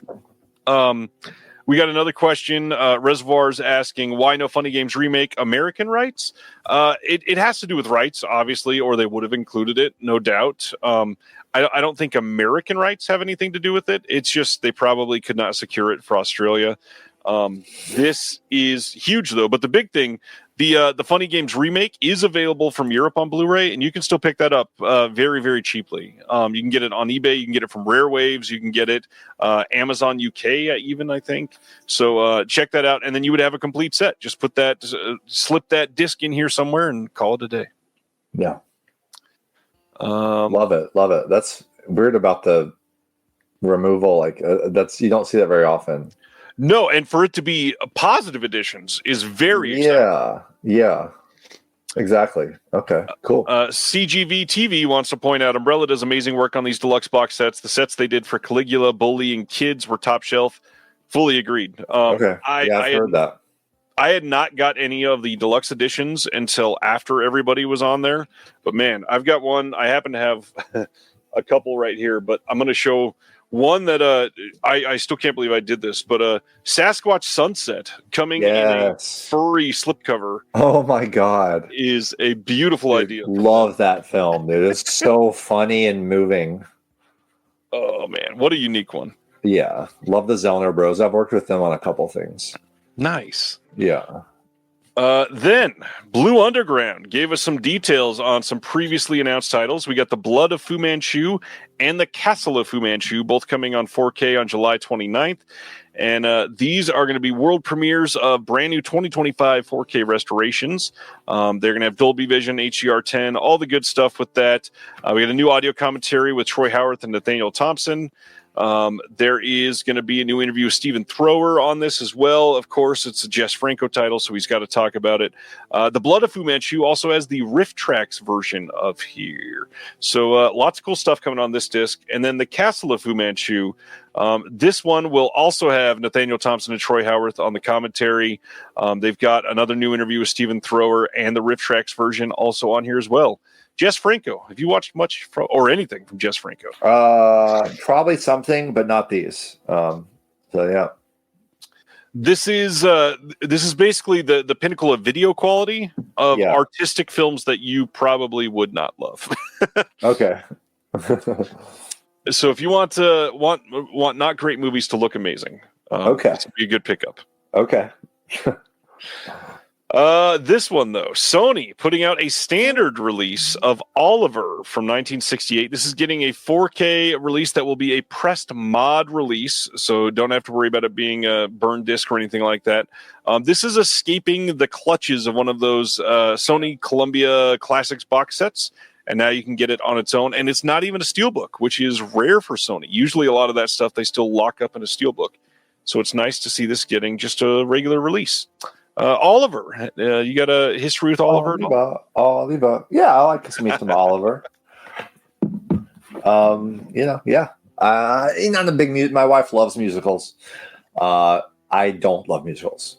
As a rule, they have to something about it has to bring me in a different way. But yeah, it's a good one. It's a classic, literally. Yeah. Please, sir, can I have some more? What else? Next up, Wellgo USA is putting out a 4K and a Blu-ray release of 11 Rebels from 2024 on May 20th. This is a movie I've heard is great. It has some really great action in it. Looks really good. I'd suggest everybody watch the trailer on this one if you're even somewhat interested in this film. Really good trailer on this movie. I'm definitely going to have to check this one out. Okay. Yeah, Wellgo usually does good stuff. And titles that wouldn't get a release from anybody else, so that's a good thing. What the heck is this? June 10th, we get a Blu-ray release of the next Paul W.S. Anderson film. Oh, gosh. In the Lost Lands with Dave Bautista and, of course, Mila Jovovich. Oh, I love Mila. I got a picture from a mutual friend of ours that we can talk about afterwards of him at the premiere of this in New Mexico, holding on to Mila and to Paul W.S. Anderson. Wow. And you can probably guess who I'm talking about. Oh, yeah. No, I've ever since Cuffs, talking about 90s, I've been in love with her. So, yeah, good stuff. I've not heard any good stuff about this film, though.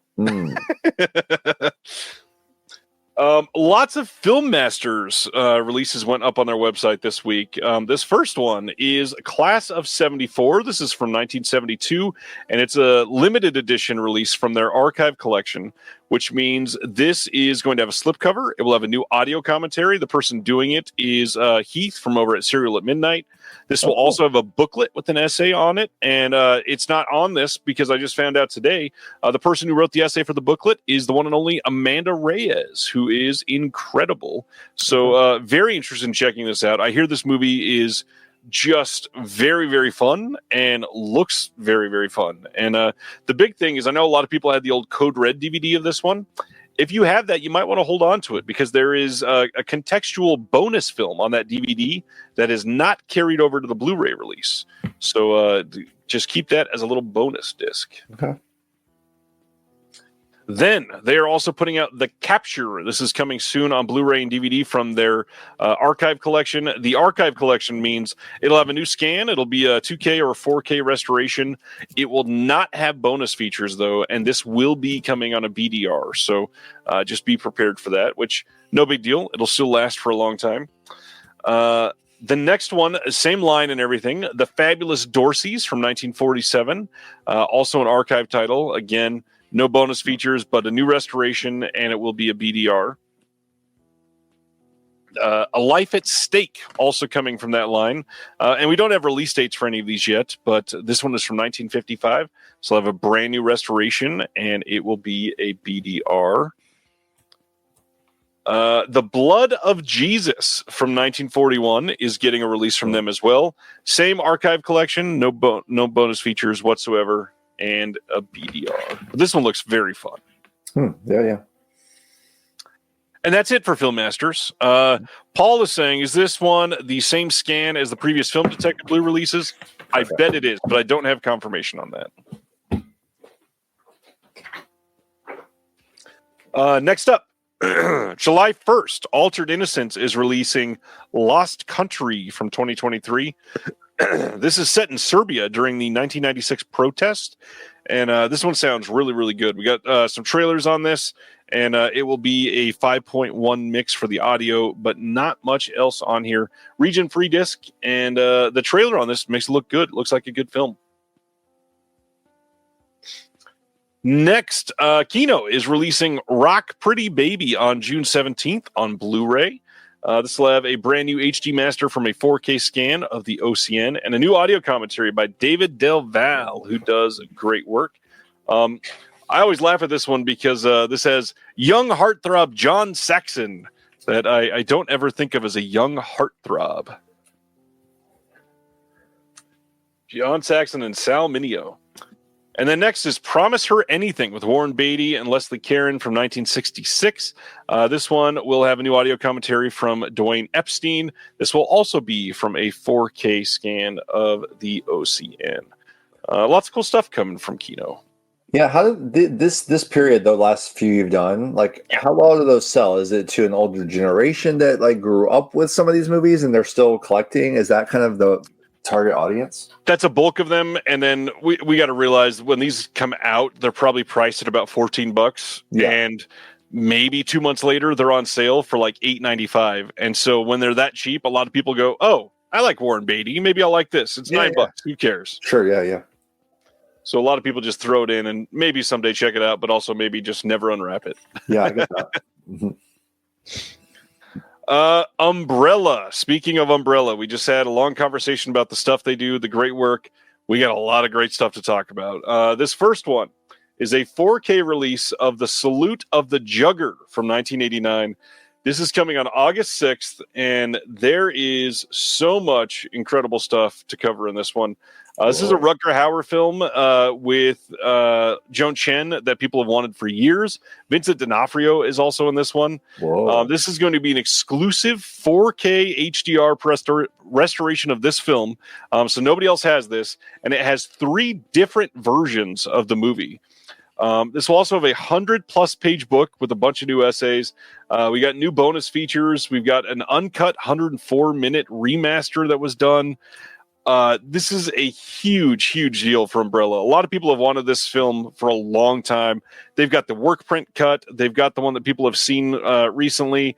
New audio commentaries, bunch of extras. This is going to be a crazy. What would you say recommended if you like what? I've not seen this one because it's not have been you easy heard to see. anything or? No. Is it martial art? Like, what is this? It says, in a lawless future where society is crumbled and chaos reigns, the deadly sport of jugging is the ultimate test of strength, skill, and survival. After years of exile, legendary player Sallow is pulled back into the violent game, leading a ragtag team of misfits on a quest to ultimate victory. So to me, it sounds like if you like rollerball, you'd probably love this. Okay, yeah. Post-apocalyptic extreme fighting sport type of movie. Extreme fighting sport to the death movie, yeah. Okay. Rutger Hauer only doing films that have 4 versions? Absolutely. Just keeping it on brand for him. Yeah. And if Salute of the Jugger is not in your wheelhouse, they're also doing Noroi the Curse, one of the best found footage films ever made. This is from 2005, also getting a Blu-ray release on August 6th from Umbrella. Some really great key art on this one, too.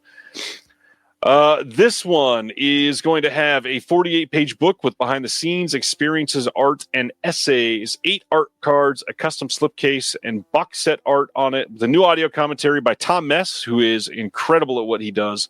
There's an interview with the director that's brand new. Alexandra Heller-Nicholas talks about Noroi and the horror mockumentary.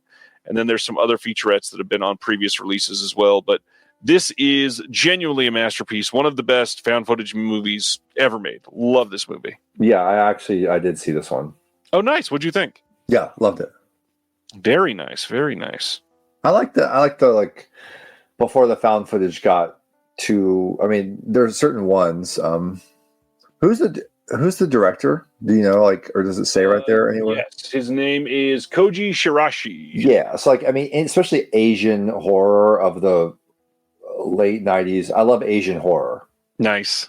I mean, any, Takashi Miike, anything Japanese, anything like that, I'm pretty much go for. That makes sense. Yeah. The next one is a Blu-ray release of Funny Things Happen Down Under, starring Olivia Newton-John from 1985.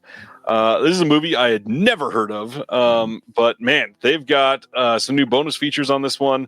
This is just getting a standard little side-loading release from them, or a slipcover release from them. Discovering rainbow-colored goats, realizing they have a major discovery on their hands.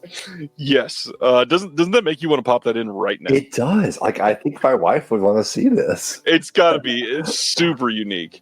Yeah, she's very young here. Very cute. Very young, yeah, 1985. Yeah. That's cool. Then, that looks fun. The next one, a Full Moon box set. This is their second volume. This is Full Moon Frights. And this one is going to include Puppet Master, Sorority Babes, and the Slime Ball, Bolorama. And I believe I had to go to 2 Post. Oh, no, maybe I didn't. Let's go back to that. I just didn't list all the extras, it looks like, because there are so many. It's got Seed People, Shadow Zone as well. This is perfect for everybody that got that first volume of the box set that they did. If you love Full Moon stuff, you're definitely going to love this stuff. I know that there has been, I think, standalone releases of a few of these in Australia. I think Sorority Babes might be the first one that's new. Go back to that last image.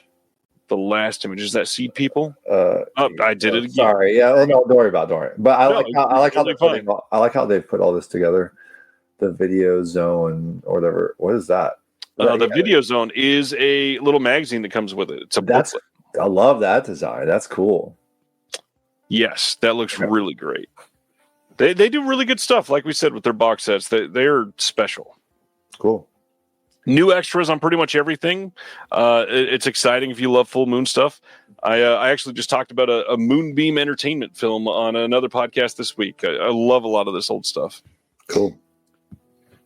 101 Films over in the UK is putting out Tourist Trap. Speaking of Full Moon, this is another Full Moon film. This is coming on June 23rd. This will be Region B locked. New special features on this. They got an interview with Charles Band, that's brand new. Interview with Ted Nicolau. Interview with an actress, and then Chris Alexander is also interviewed on this one. Plus, they've got some archival extras. This will likely be the same scan that was released in the US, which, if I remember right, I think it was cut. It was missing like 60 seconds or something like that. I'm not sure. Okay. Haven't seen it. Have you seen this film ever? This is a really good one. This one's special. Chuck Connors is amazing in this. Okay. I gotta be really convinced when it comes to the typical horror movie, especially American. I totally get that. I need you to really sell me on it. Speaking of atypical and not American, June 9th, we're getting a 4K release from Hammer of the Quatermass Experiment. Now, this is an incredible film. This is from 1955, and it's a sci-fi classic that made Hammer who they were, basically. Yeah. This is going to be huge, like some of their other releases. Funny enough, I don't even remember if I showed it on the channel when it came in, but I got in their Captain Kronos release that they just did, and this thing is thick. Like, this is the size, I don't know, 4 films wide, and Quatermass looks like it's going to be at least that thick. This is a crazy looking release. We've got 4K discs, we've got Blu-ray discs, we've got brand new extras, we've got multiple aspect ratios to choose from. This is a 5-disc set. You got posters, you've got booklets, art cards, everything that you could want for this film. This will be the definitive release of the Quatermass Experiment. Cool. Yeah, I've always wanted to see this. It is an incredible movie. This and the sequels are good too. I know a lot of people are down on 1 or 2 of them, but this is really great. Cool. I am excited to get that one. Then Severin came out of nowhere and announced a Blu-ray box set today. This is a part of their Intervision line. This is their first Intervision box set that they've ever done. This is called Bloody Legend, the complete Cliff Twemlow collection. This is coming in mid-June if you buy from their website, or if you want the wide release, that'll be coming on July 29th. This is 11 movies on 9 different Blu-rays. It also has the documentary that they did called Mancunian Man. So they'll have 13 plus hours of special features and a bonus CD. One of the big things here is GBH. This was a Video Nasty, I believe, and Severin has been chasing all of those for years. And I'm so glad that they're able to get this box set out. I've never seen anything from Cliff, but I've heard that these are really fun. The trailer for this looks great. Very, very excited to check this one out. And if you wanted to go all out, of course they're doing a bundle. You can get a shirt with it that says "Not for the Squeamish," and then they're also putting out 3 different books that you can get with it as well. Cool. Crazy set for $159. Man, I love these deluxe editions with all this stuff. That's neat. They take up so much space. Yeah. Only for the super fans. All right. The best censoring Hello. of the week. Okay. Mondo Macabro, we talked about them earlier. They are putting out a Blu-ray of Ava Man and the Return of Ava Man. This is from 1980 and 1982. This is a transgender film from back then. New 2K restorations for both movies. The poster art on this one is wild. I of course had to censor for YouTube and Instagram and Facebook, or I'd be banned from everything. But we can also look at their other poster art that's on the other side that also had to be censored. Yeah, the art on this looks crazy. We've got new commentary. We've got new interviews, including with the main star from this, which is wild to get them 45 years later. New visual essay, new interviews. Will be available to pre-order at the same time as the next title, which is Lady Desire, accompanied with Sexomania, coming in a Blu-ray double feature as well. These are from 1968 and 1974, and these will go on sale on May 1st at 9 a.m. Pacific if you are looking for these. Again, great releases looking from them. They've got extras like crazy. They've got tribute videos, brand new 2K restorations for these, and trailers and everything that you could want. If you get the red cases, you get the booklets. And yeah, if you like Mondo Macabro, you probably know what you're getting with these. Cool. Yeah, these are a must. I pretty much always like the Mondo Macabro stuff, and see these. This is interesting. So over in Italy, there's a brand new boutique company called Legends Collection that I just happened upon. They're putting out Singham from 2011. This is an Indian film, and it's the start of the Cop universe. They've put out a bunch of films under the same franchise, I guess. And this will be a Blu-ray release. It's got English subtitles, which is not even on Italian releases, so it's nice that we're going to be able to get this. Any company willing to put out more Bollywood films gets an A+ from me. It is super rare, so it's nice to be able to see. We've got brand new artwork on these. Eugenio Ercolani, friend of the channel, has done quite a bit on this one. So that is where I first heard about this. This is exciting. Have you checked out many Bollywood films?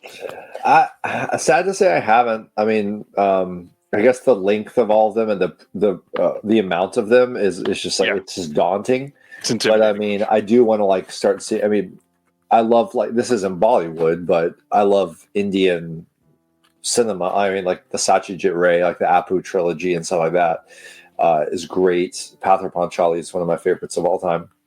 And of course, I saw RRR. Love RRR, but I mean, that's all I know. So no. I'm still hoping that RRR gets a like an actual great release. Does it have a Blu-ray or? It got, I think it even got a 4K, but only in like Japan. Yeah. Something. Okay. I don't know. It's got to be something with the rights. Sure. Yeah, I would love that too. Lastly, like I mentioned earlier, we were going to talk about another Warner Archive replacement disc. And this is brand new. Just Friends literally just went up for pre-order, and really only like a handful of these were even shipped out. But this got announced as having special features. And when people were getting these, the special features were just missing on the disc. It was just the film. So they are replacing the disc. I've got all the details on the post. You can go find it. That's all we know for now. Just got to put in to get your replacement disc so you can get those bonuses. There you go. Reservoir was asking about that Italian company, and I said that they are putting out Asian films. And Reservoir said, what kind of Asian films? It's a big continent. Literally, that's all it says. If you go to their About page, it says, we plan on sharing Asian films. It's not a lot of information, unfortunately. As always, after the announcements, just in case you forgot, we cover what is coming out next week real quick, in case you want to go grab it before something sells out. Of course, the big title, Tombstone 4K, coming next Tuesday here in the U.S. That is shipping from some people already. Sneakers 4K from Kino, Career Opportunities 4K from Kino, Foul Play 4K from Kino, as if they ever rest. The 4K of The Hunt comes out next week from Shout. We've got the Jean Florette and Manon Despring title that is coming from Criterion. Captain Planet and the Planeteers, the complete franchise next week. Cheyenne, the complete series from Warner Archive. Yakuza Wives from 88 Films. Jackoman and Tetsu is also next week. Lady with the Sword. The Cruel Sea from Kino. Hysteria Season 1, or also should have been called the complete series because it was canceled already. But those are the big ones. Borderline is also coming from Kino Classics, and then Tribeca putting out Tendaberry next week. That one is an Amazon exclusive, so if you want that one, you got to get on Amazon. Tombstone, the big title. Have you ever seen Tombstone? Yeah, sure. Good. It is a good one. Should revisit it after Val's passing. Yeah, I'm sure the announcement of that and the timing of that is going to make it sell like hotcakes. Yeah, but I know Career Opportunities was a big hit for Kino. That was a formative movie for me. You could say Jennifer Connelly is probably my number one cinema love, It's gorgeous. Yeah, absolutely. I love, in fact, it's funny, I just removed one of her films from my top 5 cover designs that we were going to do, because while revisiting the list, I realized there is a Blu-ray of the title I was going to have, which is very rare. It's a film called Étoile. So this is young Jennifer Connelly, Labyrinth Phenomena era, and she made this obscure, never seen, it's almost like a Black Swan type of thing. It's a ballet, but it's this dreamlike, nightmarish kind of thing. And I need to find this. Maybe you can help me get a copy. Yeah, it's going to have to be eBay only. It was a Ronin Flix site exclusive, which Ronin Flix doesn't even do much anymore. This was done by Scorpion releasing a handful of years ago and has been long sold out. Have you even heard of this movie? I mean, when it was announced, that was it. Okay. But it's not I didn't even know anybody that had seen it. Yeah, exactly. No one's seen it. And you would think, since everyone loves Phenomena and Labyrinth, that people would at least look up what is this. And that's what I did, because I'm a Connelly super fan. And I was I have to see this. This looks cool. And it was cool. I mean, it's, underappreciated. Maybe it's not a masterpiece, but it's still really interesting. So now that we've gone through all the announcements, discussion with Sam, we are going to cover a top 5 list. You picked 5 titles that you would love to design art for if they were to be released. Mm-hmm. And funny enough, I picked 5 titles that I would love for your style to be applied to. I figured that's what you were going to go for. Yes. Okay. I actually, this was really hard to whittle down. I had 9. Whoa. I was God dang it. There's a couple that I always seen as, for some reason, attaching with you in my mind. And then there's things that I went, I kind of want him to push somebody else out and do it if they were to do this. So I got some cool ideas. So we'll talk about that a little bit. But first, how do you describe your style to somebody that's never seen your work? Well, I go back to a traumatic moment in middle school in drawing class when the late Gene Sizemore, my drawing teacher,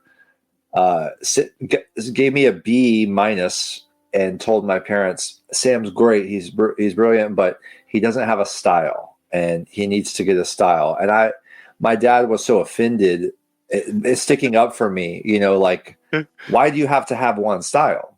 Right. And that always stuck with me. And I was like, yeah, that's right. I don't have to have a certain style. And I think if you have one visual style, especially if you're an illustrator, you get pigeonholed to doing the same thing over and over again. We've seen this with a lot of the Mondo people I mentioned. And they're great, but I've never been a specialist of a specific style. In fact, I do love drawing. Some of my favorite things I've done are hand-drawn illustrations, but it's not my, I haven't put in the thousands of hours. So I love just an iconic concept. So conceptual ideas and not necessarily showing the actors, showing an idea. That's why I love all the Polish posters, the Czech posters, Cuban posters, because Cuban posters have that simplicity of design. You can just have cut out shapes or whatever. So I love anything like that. But it's always finding the best solution for the film, given the brief that whoever you're working for. If you're just doing something for yourself, then I'm just I want to see this as a cool yellow and blue. That's what I'm seeing in my head. I'm just gonna do that and try to do something atypical for what's already been out there. Like kind of maybe a new way of looking at a film visually. It's a good answer because, even just looking at your website, it's hard to, look at three different things that are vastly different. Anybody else looking at them could think these are three different artists entirely. That's cool. Thanks. It is such a fun... I don't know. If you announce that you're involved with something, you just never know what you're going to get, which is the most exciting aspect of it, I think. Thank you. That's like the best compliment, and I think it's cool to work with photography. Like I love actors and photographs. Why do we love movies? Actors. I mean, it's like one of the biggest things to see a human face. We're not watching. I mean, yes, Koyaanisqatsi is one of my favorite films of all time. It happens.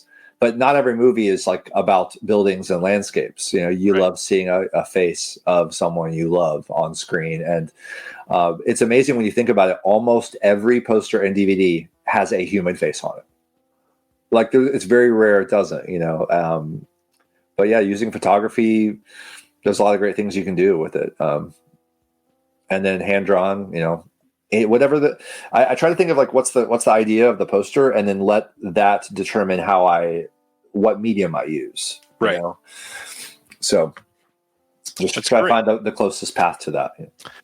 Anybody that's watching is that is interested in being either a graphic artist or they're already dabbling in some of this would probably want to know what are some of your go-to tools? What do you like to work with most? Every person kind of gets stuck in their own weird ways. I use Photoshop for assembling everything I do. Of course you have to deliver files digitally. Right. You can't just mail someone a painting. That's how they used to do it though. I guess I could if I really wanted to, but I like having control over the type, the layout. I love to do a whole package when possible. All my criterions are like, you do the whole package, the menus as well. Now with most of the boutiques, again, they're smaller budget. They have an in-house designer, so they just do the cover. I like to use organic elements where I can. I like to have texture that's real, not fake textures. I hate it's fine every now and then for a certain brief, but I don't like fake poster textures. I like to use real paper, real materials to kind of, bring a handmade quality to things. I sometimes cut, like the Love Crime was all made with cut out paper, like actual construction paper. But, so I cut, I will sometimes, like that's an interesting example. I'll sketch it out digitally with a tablet, the forms. Then I'll print that out. Then I'll cut those forms out with paper. Then I'll scan them in and put them back into Photoshop. So, sometimes you can use the digital tools like a tablet to really get an idea out quick. It's very helpful. Or, in my sketchbook. Right. But yeah, everything goes into Photoshop usually. And sometimes it's photo collage. Sometimes it's, all digital illustration I've done on some cases. What is, we'll go two different things. What is the piece of art that you've created that you're most proud of so far? Oh gosh. Most proud of. I mean, I really am proud of these two that I did for Before Sunrise and Before Sunset. And then later he did Before Midnight. So I did a third one. That was like years later, which I tried to kind of make it work with the other two. I don't know how successful that one is, but the first two, just again, idea comes to you and just a very short distance between the idea coming and you executing what you see. And I'm sure you would relate to this in any of things you do, even though you're not a visual artist. Like, oh wow, that was a perfect flow. And when you're doing something just for yourself, you can have that. I didn't do that for a client, although little trivia, like Peter Becker at Criterion always told me back in the day, like, oh, we would love to use those one day for a Before trilogy. And, years go by and things change and different ideas come about, and that it didn't end up happening. But I do love those. I'm really proud of them. And I made screen prints that sold out the whole edition. it's one of my things in my back pocket. I would love to do one more edition at a larger size, like silk screen. And those are very inspired by the Cuban posters, where you have just like shapes, colors and shapes that represent something. Like how do you represent two people talking on one night? Well, you can show them walking and talking, or you just do the idea of a sun with this little sliver of time, So like I thought that was, I look back at it, it holds up. I wouldn't change a thing about it, So Sibner's got a question for you here. Are you a fan of Pascal Campion? I don't know, but I'll look. I don't know the name either. Yeah, is it an artist? So I'll check and get back to you. One of the other things, I asked what piece of art you're most proud of. Is there a piece of physical media that you have been attached to that you're still like baffled that your name is attached to that film? Well, House. I mean, I have to say House. Just the fact that, like, I got a note from Obayashi himself, and he has the poster, and like I got to meet his daughter Chigumi when I was in Japan. Just like that kind of thing, having like a personal connection to this filmmaker and this work that's been totally reappraised, and that poster played a role in that. That's a huge honor. So is that. And then I would say the Qatsi trilogy for Criterion. Yeah. I love Koyaanisqatsi, the whole Qatsi trilogy. It's something my dad, who was an artist, he had the soundtrack when I was growing up. He probably turned me on to it. And then I remember being in NYU. They had in the NYU library, you have a viewing floor of the library. It's a big library down in Washington Square. And you just go to this media center, and there are these little cubicle booths, and there's a little CRT televisions in each one, and you can watch anything. You just check, you have them pull it from their library, and it's like not the ideal viewing conditions, but I always say that like a great film, you can watch it on a 10-inch CRT and it will blow you away. And that's what happened with Koyaanisqatsi, one of the most visually stunning films. Yeah. And I'll never forget seeing that. And so getting the chance to do that for Criterion was huge. It looks like Pascal Campion does covers for the New Yorker. Okay, cool. Yeah. New Yorker is on my bucket list one day to do a cover, but not yet. The New York Times, but not New Yorker. That was one of the things that I was going to ask too, is where, now that you've been associated with some of these more monumental films and music and events and stuff like that, what is something that you would feel like, dang, my art being associated with this now, I've made it. What is the big goal? Like the next goal, the dream or whatever? Yeah. Well, I want to venture into whole new terrains with different projects and ideas. One would be like to do children's books one day, and not just the typical children's book, but like I really want to I did a show in Japan that was geared at children. It was like this history of the universe thing. And it was to try to get my foot in the door and meet some people and like imagine, okay, what could I do one day? Like if I were to do like children's art. So I'm really interested in that. If I had my way, I do have a brand called Sammy, and it's got an Instagram. I've just got it sitting there waiting because I want to make like children's cool stuff like puzzles, clothes, like that's an area I want to get into at some point. And then I also have I'll just tease for anyone listening. I've designed a game. So this is not announced yet. I'm not announcing it here, the name or anything, but it is a game and I've designed it. It's done. And I'm excited to try to have that come out and potentially be a success. That would be a big goal, to like have this be a success. So you'll probably hear about it whenever I actually get around to trying to get it out, which hopefully will be in the next year, maybe, I hope. That's excellent. I'm excited for that. Yeah, I'll probably pick your brain about ideas. I'll need your help promoting it for sure. Happily. It is a card game. Nice. And I would say rather than a strategy, it's a party game, and it is a movie game. And I know there's already a couple movie games out there. This is the best one you've ever played. Wow. I'm confident to say. Well, I'm very excited. That's awesome. Yes. All right. So to change gears entirely, this is going to be a little bit of whiplash. one of the things that I've always wanted to ask you, and I still can't believe that this friendship has happened, but Yeah. I've respected you for so long for associating with the Westminster. With which one? The Westminster Three. The Tennessee Three. Yeah. Yeah. Okay. Where did the desire to throw yourself behind that come from? Yeah, I mean, I guess just simply ways I can do something. Without we don't have to get into any of the politics. It's Right. all common sense when it comes to gun safety. If you're not on board with that, I got nothing for you. We're not going to fix that in the next 5 minutes. Yeah. But yeah, I mean, we had this shooting that was at Covenant School, and that's 5-minute walk from my house. So I live in that neighborhood. And so, yeah, just it's one of those things, when you have there's a school shooting and it happens in your neck of the woods, and it's like, oh, wow. And so, yeah, just getting, how can I do something, as an artist, you rarely feel like you can help in any way. And not that it's a big deal. It's not. But I was like, oh, I like making posters. And I one of the things that inspired me to make posters was the Cuban posters. There's this great book you should all check out called, well, there's a few books of Cuban posters now. Any of them will do.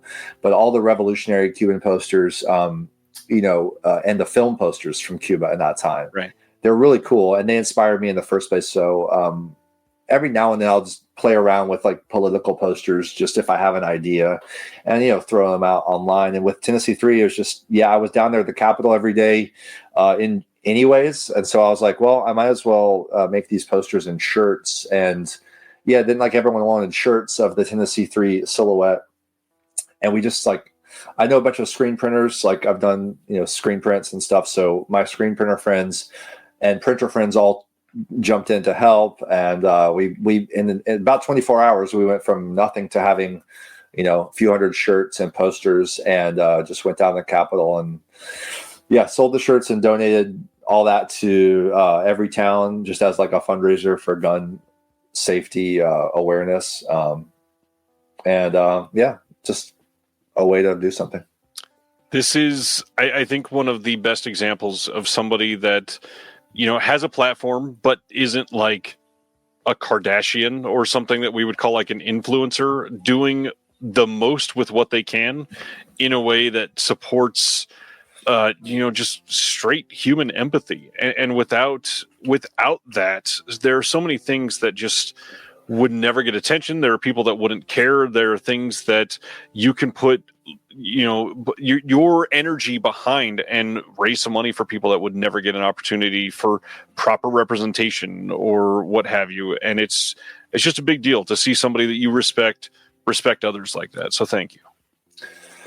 I mean, it's the very least I can do. I mean, a lot of people do a lot more, I could be doing political art 24/7, but I usually just don't do something like that unless an idea comes to me and it just feels natural. I'm not trying to be preachy about anything.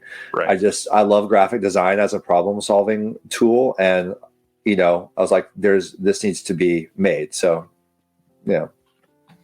on that note, I got to meet them too. Got to meet Pearson and Justin and Gloria, and nice. That was so cool because I think Pearson is an incredibly inspiring political figure, man. Yeah, it's an interesting time out there. Every town has done some good stuff, so it's good to hear. On that note, we both prepared some top 5 lists. You of titles that you would want to work on, and I've got 5 that I would want you to work on. All right. I will happily go first here, and I tried to make these as now different. Blu-rays that have not been released on. Did you have a framework here? I did, because none of mine have been released on Blu-ray at all. I mostly have a framework. Yes. Okay. Yes. Okay. So I'll go first here. Number 5 is one that has been on Blu-ray. However, it was only by the director, and it had the shortest run ever. It did get a Blu-ray over in the UK, but we need a domestic Blu-ray release of Adam Raymeyer's Dinner in America. And there is something about this movie that is Kyle Gallner and he is just like the definition of punk in this in the coolest way. He is also working with Emily Skeggs, who is just amazingly cute in this. The musician side of you, I think, would pull some really interesting inspiration with the art style here, because Kyle Gallner plays the lead singer for an underground punk band that wears a ski mask. You can never see his face. And just what you've done to minimize some of those artistic images, I feel like you could really kill a cover for this film. Okay, cool. It's added to the watch list. It is a wonderful movie, and it has a really great musical scene of him building a song with Emily Skeggs in front of him, and it's just a beautiful film. Love this movie. Cool. Yeah. Okay, nice. Yeah, like the iconic. Like when I say iconic, that word is overused. Like I could say you are iconic because you have a great Blu-ray channel, and you do. But what I mean by iconic is like in the Saul Bass type of way, where something that could be especially seen at a small scale and still have an impact, because we're seeing everything on thumbnails now. Exactly. I'm looking at something that small. I want my posters to hit at that size. Yep. And at the full size. So less is more kind of approach. I agree. And I think this is the perfect one for your style. So. Okay. Are we going back and forth, or are you going all your films? Let's do it. I think that'll make it a little more interesting. Okay. So what do you got? So 5 favorite films of mine that have never been released on Blu-ray, and I particularly would love a chance to design something for. Now, you're probably going to tell me, there's a Blu-ray of that. There's a Blu-ray of that. And I won't correct anything. That'll be great news. I would love to find out that there's a Blu-ray. Okay, the first one is, and by the way, is it easy for you to like tab over to a scene where you could like pull up images, or is that too? That's too. I can do that, but also at the bottom of your screen, if you have it up there, there's a button that says "Present" there. You can share a tab, and I can display it for everybody as well. Oh, just like a tab? Yeah. Tab of my Chrome. Yeah. Okay. Because it'll be interesting to give people a visual of the film, and also just like the existing stuff. Okay. I'm gonna share my tab. Sorry. Okay. So present, and I choose my own tab. Yes, you'll click on share screen. Share screen, and then when that pops up, you'll keep it on Chrome tab and just choose whichever one you're on. Okay. Perfect. Here we are. It is The Secret of Rowan Inish. Oh, okay. Now, I told you I love children's cinema. I love fairy tales, folklore. This is a Deaf Crocodile release waiting to happen, you guys, if you're listening. And Craig will listen. And you can get this going. It is a beautiful little Irish fable. You've heard of, have you seen like Song of the Sea? Oh, yeah. So like the Selkie. The idea of the Selkie, which is this like seal spirit of someone who's gone. So it's this father-daughter thing. It's just on this little island house where this girl encounters a Selkie that maybe her mother. Oh, so beautiful, man. Directed by John Sayles. Love it. So yeah, let's make it happen. We're gonna manifest. As a Deaf Crocodile release, I could definitely see that. Right? Man, that is a good idea. And look at that. Tony says Rowan Inish is one of my family's longtime favorite films. There you go. Oh, you're on Facebook too? Yep. Oh, okay. I see. I didn't see all the comments you were mentioning. Okay, yeah. Tony knows what's up. Pretty much anyone. Oh, yeah. If you love Banshees of Inisherin, go right to this. So mine, my next one is one that I have a feeling, this is not a guarantee, but I have a feeling is going to be in the Criterion Collection soon. So this is a triumphant return. Hopefully we get you on this. Okay. With the recent success, I think that Sean Baker is going to get his release of 4-Letter Words soon. This is his first feature film. Yeah, I have not seen it yet. And he just had this film added to the Criterion channel, and I believe Janice picked up the film rights for this. So I'm hoping that this happens soon. The style here that we're seeing in the posters is not as iconic as his most recent stuff because it was so young for him. But as you can tell, the colors that are with this would go great with a lot of how you've used some really great colorways. This is a movie we're going to be talking about in a few weeks on the channel again, just a heads up. This is some good stuff. But yeah, Sean Baker obviously getting a lot of attention at the moment, and for good reason. And with the Criterion Channel picking it up, I think we're likely to see a release of this here soon. Okay, cool. Yeah, it's got that gradient. It's got his classic font he has on everything now. Of course. But yeah, I love Baker. I loved Tangerine, especially. Of course, Honora, I thought was great. So you mentioned his font, and that brings up a good question. How do you are you passionate about fonts and typography? Oh, sure, for sure, of course. I think the lettering and the typography is very important. I loved working with it. I love working with even the building block. Just like making it all come together and lock in.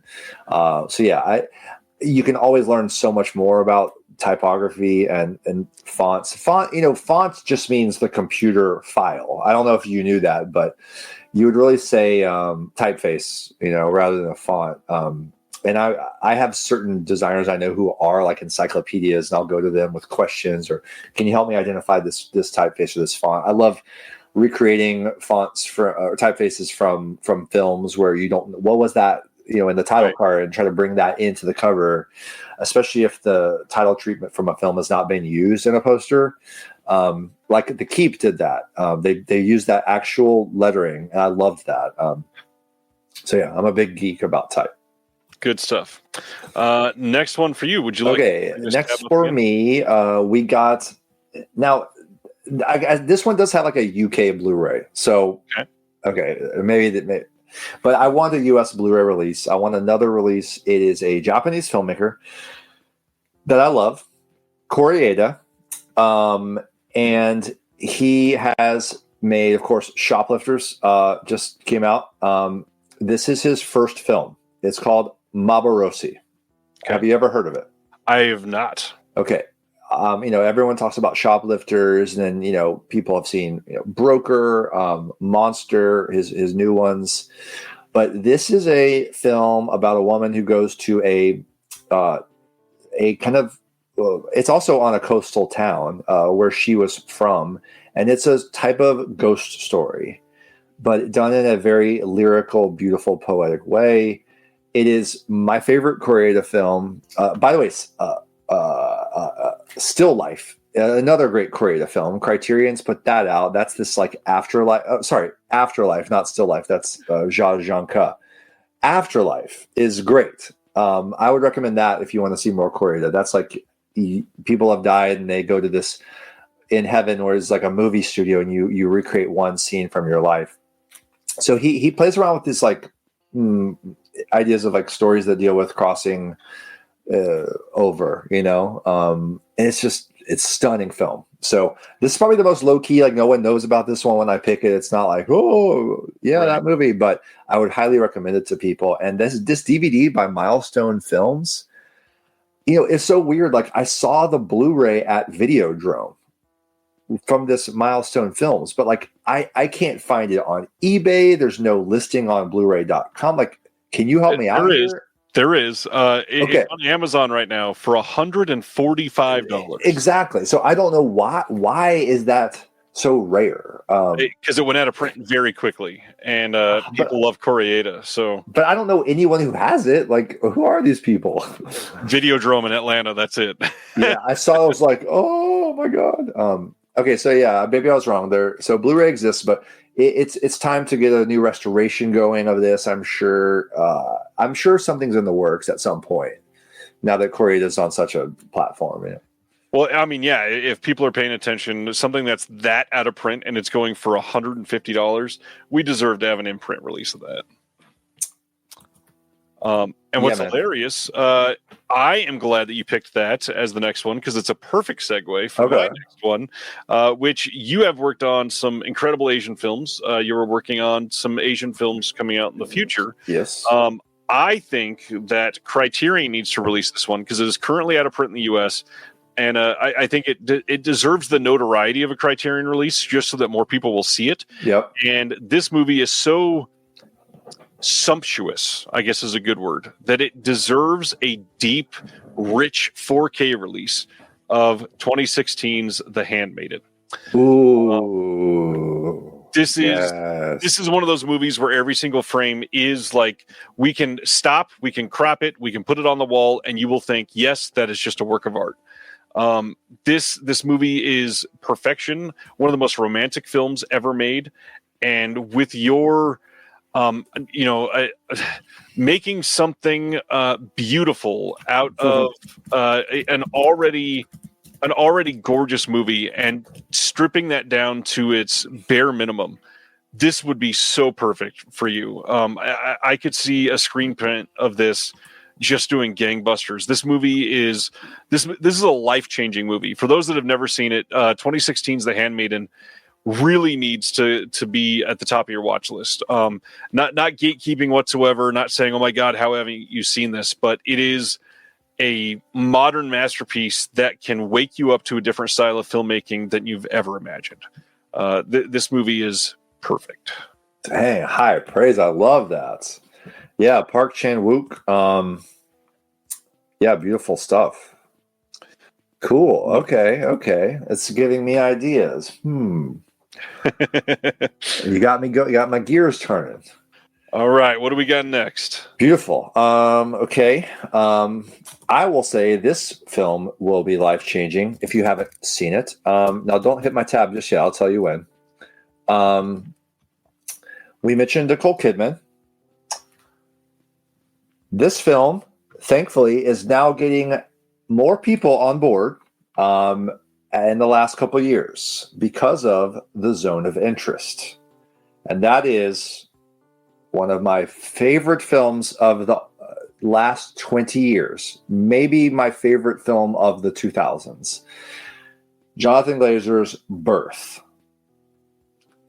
So criminally overdue for a Blu-ray release. There has to be some, I'm sure this is already in the works with Criterion or someone. It has to be. Unless it's in some weird legal holdup. Do you know anything? Anyway, I'm not even worthy of this film. Like, Jonathan Glazer has only made 4 films, right? Sexy Beast, Birth, Under the Skin, and Zone of Interest. They've all been, well, Birth and Under the Skin and Zone of Interest are masterpieces to me. Sexy Beast is incredible. I wouldn't say it was a masterpiece, but the guy is just everything Glazer does. All his earlier videos I loved, but this was shot by Harris Savides, and he is gone now. And the cinematography, it's like a full frame. I love the full frame aspect ratio. I'm way into that. Any kind of Academy ratio or 1:3:3, and the cinematography is astonishing, and the concept, it's the fantastique I told you about. It's like this idea that what if this child is her former husband, and what that can do to your mind when you're grieving someone. This idea of not ever being able to let go of someone you loved. It is so haunting. It is a New York movie. It is a winter movie, a gothic New York Upper West Side fairy tale, and it's Kidman's best work, and that includes Eyes Wide Shut. That includes Dogville. It is phenomenal. I really hope now that Zone of Interest is out, you guys. Oh, I worked on Birth. I was going to make sure you see that. That's cool. Sibner has worked on quite a few films. Yeah. Okay, like in what capacity? He can tell me in the chat, but I'm curious what crew capacity or whatever. So I don't really know what I would do for Birth, but it was one of those things where if someone emailed me, it was like, "Hey, we have Birth. We heard you on Disconnected, and what would you do for this?" I would just be like, "Oh, I don't know. Let me." Yes. To reassess. Yes, but I'm not worthy. And the best Alexander Desplat score that he's ever made. The score alone is phenomenal. Have you seen Birth, my friend? I adore Birth. I saw it for the first time maybe it was last year now, not too long ago. It was Zone of Interest and talking to Sibner that got me to watch it. And I guess I probably should have sought it out after loving Under the Skin and getting Sexy Beast from overseas as well, because I don't think, does Sexy Beast still not have a Blu-ray in the US either, I think? As far as I know, I don't have it. Yeah. Well, it looks like it was released by Twilight Time way back in the day, but on Amazon right now for $250. Good God. Jesus. So Sivner says he played a waiter at the reception after the husband's funeral. Oh, fantastic. That's awesome. Love it.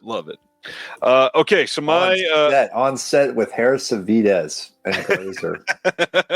And the cast, Danny Houston. I mean, I could go on and on. Lauren Bacall, for God's sake. It's a big deal. Big deal. Yeah, we need a release of that for sure.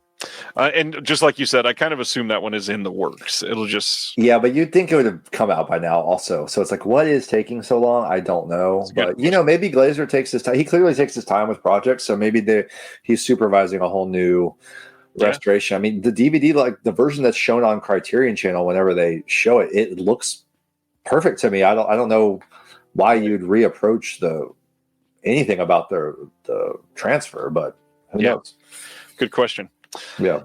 My next one is a bit of a cheat, a little bit, because I have envisioned you doing a great version, like we talked about, where you get the entire package, not just the cover art, but some of my favorite releases over the last, I think we're going on 3 years now, are the 2 box sets that Severin Films has put out, called All the Haunts Be Ours, the folklore box set. Yes, okay. And seeing your take on a full design of this, where you're integrating the booklet on the inside, the menus, everything, would make one of these mind-blowing. The way that you can take 15 films and make stylized key art that all matches in very unique ways with the styles of those films from all across the world. Because your styles are so different, it is the perfect way to showcase all of those at once. And I would just love to see that sort of a platform for you. Interesting. Well, I think very highly of those releases. I used to just say I don't love horror, but now I've found so many of these subgenres that are really appealing, and that a lot of those are that. I got the first box. The House of Psychotic Women, like you said, I know that's not folk horror, but this kind of academic. I love love that. All the Haunts. There's some. There's not really over, but Kirla Janice talks about some folk horror things, and the art on the All the Haunts already. I can't. Like, if they asked me to do volume 3, I would say, no, you guys just do what you did on the others, because it's great. All that, like the Woodland Days Dark and Bewitched documentary with all those great, did Guy Madden do the collages or Madine? Not sure. It all looks so great already. So, I mean, and it's funny you say that, because there have been times when someone's asked me to do something and I pass it on to someone else because I'm like, this person would do an even better job, But that's cool. It would be fun to do some kind of, maybe not another All the Haunts by name, but something similar to that, where I could do a whole series. I am doing a box set right now of a TV show, so it is a lot of assets. I can't say what it is yet. I'm under contract on that, but it'll be a chance to do a lot of art in a style that kind of goes together. So. Nice. Very nice. All right, then. Your next one. Oh, yeah. Okay. Again, don't go to the tab till I tell ya. This is an interesting one. And you know what? I'm going to go ahead and say right now, this might be very hard for you to pull off. But I'm going to give you a challenge that you should manifest with me this existing. Because I think you have some ideas, some resources, some similar lines of thinking that something like this should be released. Okay, and before you click in, I'm just going to say, the most famous poster designer anyone can name is Saul Bass. He did the Vertigo poster. He also did a bunch of title sequences. He directed the shower scene in Psycho. Let me say that again. He directed the shower scene in Psycho. The most well-known scene. Yeah, maybe the most well-known and well-edited scene ever. Okay, so title sequences. He did some short films, a lot of corporate films that are interesting, and Japan has released some of them on DVD and Blu-ray, I think, but all of his shorts are really interesting. And there's one in particular that blew me away. If you love genre, if you love fantasy, you need to see, hit it, Quest. Have you heard of or seen Quest? I've definitely heard of it. I've not seen it. Super cool, man. It's like a short. I'm going to say it's under. Let's see, what's the runtime? It's probably like 30 minutes. So not. It's a substantial short. And it's if you've seen, like, he did a feature called Phase. Is it Phase 5? Phase 4. Phase 4. Phase 4. Yeah. Yeah, and like I saw that, and I was like, okay, that was pretty cool, but it didn't. Something about Quest, you can see just from these pictures alone how neat this looks. Yeah. He uses like paintings and miniatures and all this stuff. It's about this. It's this myth of this boy who comes from nature, and he's selected to be the chosen one. It's very abstract, and there's no good version of it. And the idea that you can't get a great new transfer of this on Blu-ray, like, I would love to see this, and you could just pair it with other Saul Bass shorts. Yeah. So this really needs to happen. For some reason, I'm getting like Jim Henson and Ken Russell made a baby from looking at this. Oh, well, it's because it's showing that monster, the second one. Yeah. That's this like weird beast that he plays chess with in one scene. But Bass would just do these really interesting visual sequences and effects. That fifth, the sixth image that's like a black border with a collage of photos. That is a poster that Saul Bass designed. And so what I would want to do if I were tasked with this, I would want to do something that Saul Bass would have done too, and use some of that approach, make it kind of look similar to that. I really love to do things. I've done a couple Criterions actually where I didn't actually create the cover art. I just adapted a poster and tried to develop the rest of the package in a way that felt like what they would have done at the time. So I would love to handle the release of Quest, Nice. Yeah. Interesting. Wasn't 101 going to put it out? Oh, interesting. I don't know. I have not heard about that, but that would be good to know. Okay. Chase that down, Sibner. If you can figure that out, that'd be good to know.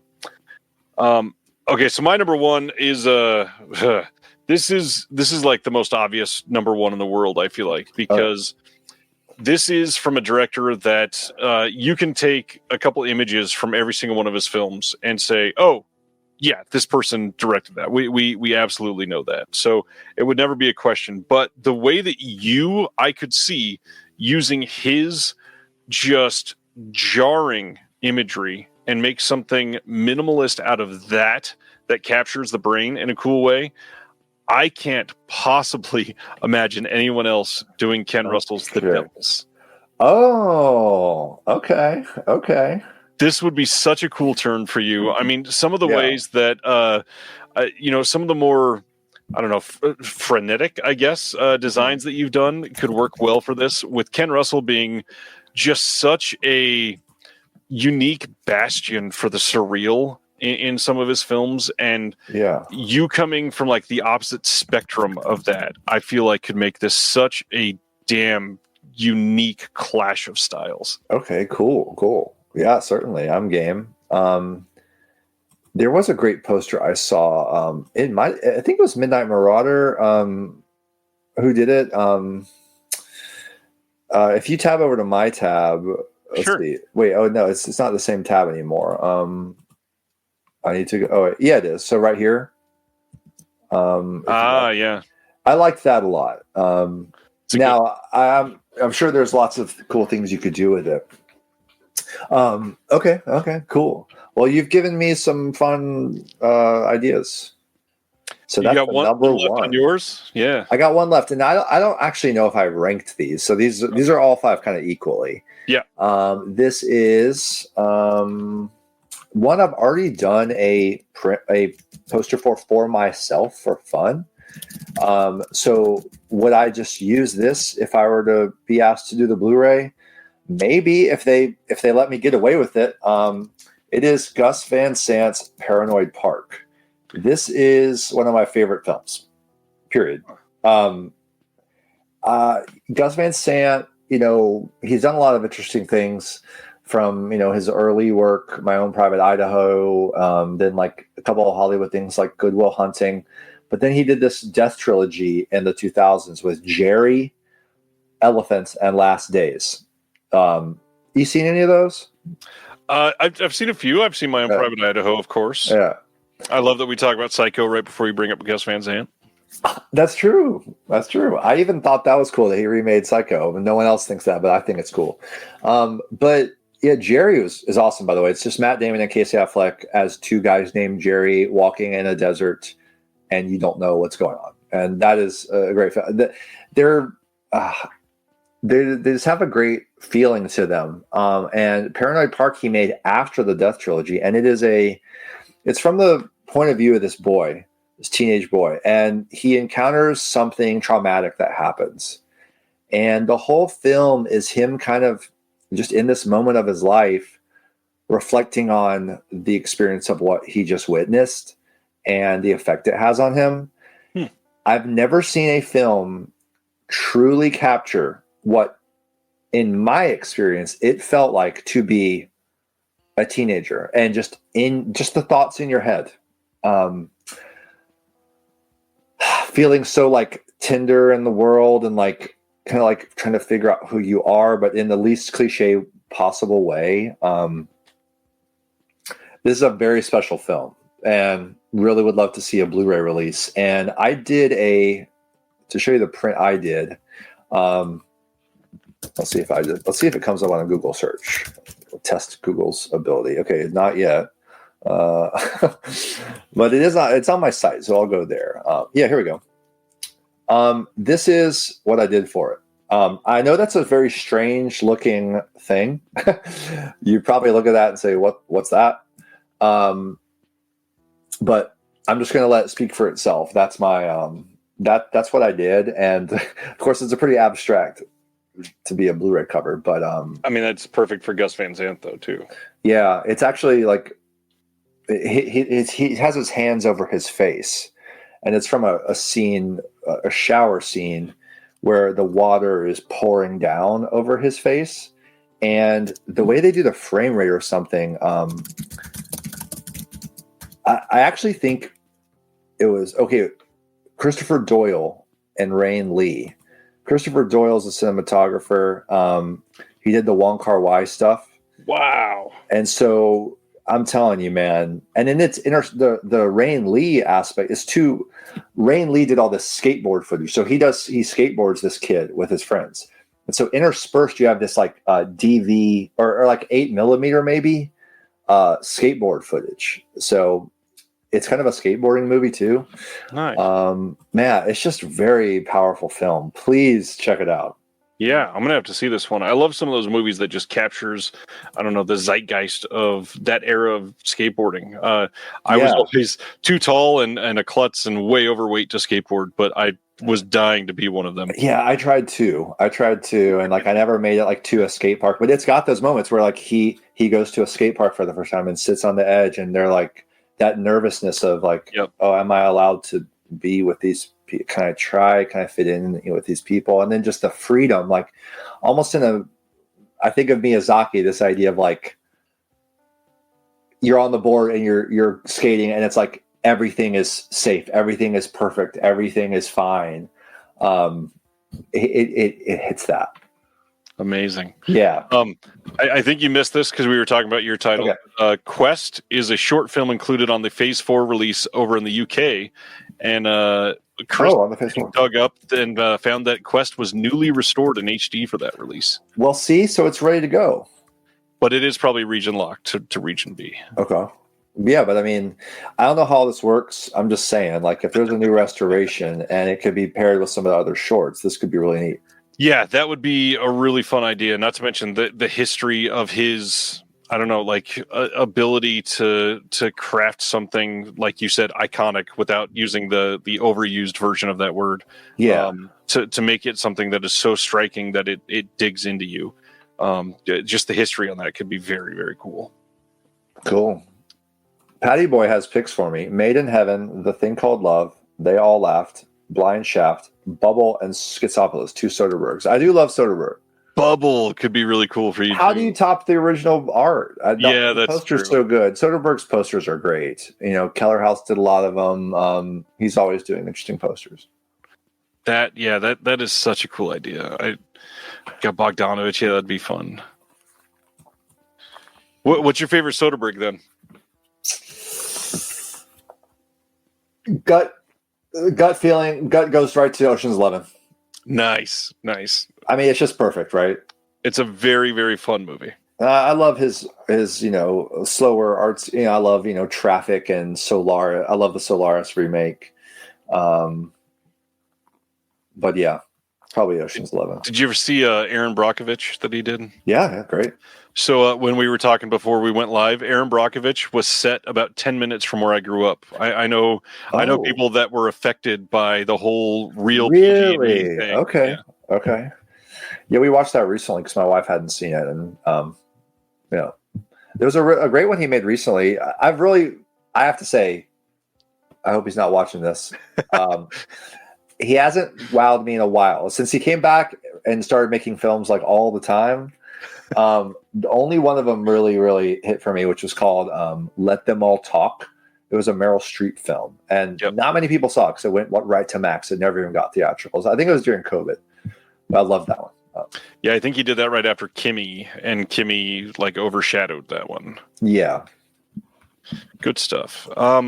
So one of the last things I wanted to ask for people that are, interested in hearing your responses to all this tonight, who are some graphic designers that you love? Who are some other artists that you admire right now? Active people that every time you see something they put out, you go, damn, that's inspiring.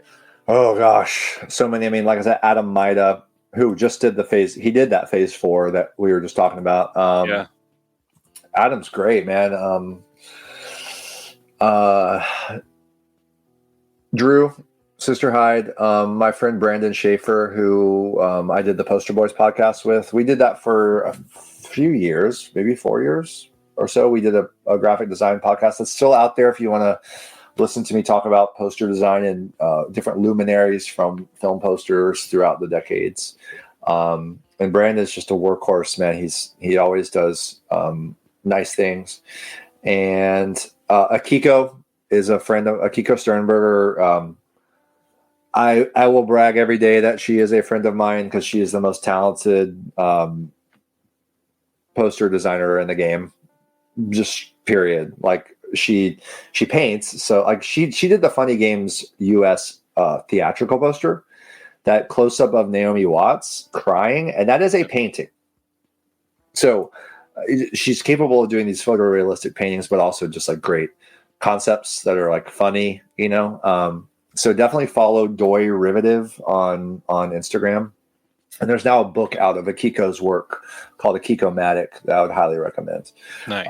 So yeah, those are a few that come to mind, but I mean, I really am more, I'm not saying more, there's a lot of great people doing work right now, of course, but I really just, my biggest inspirations are, stuff from the past, the Polish greats, the Cuban poster artists.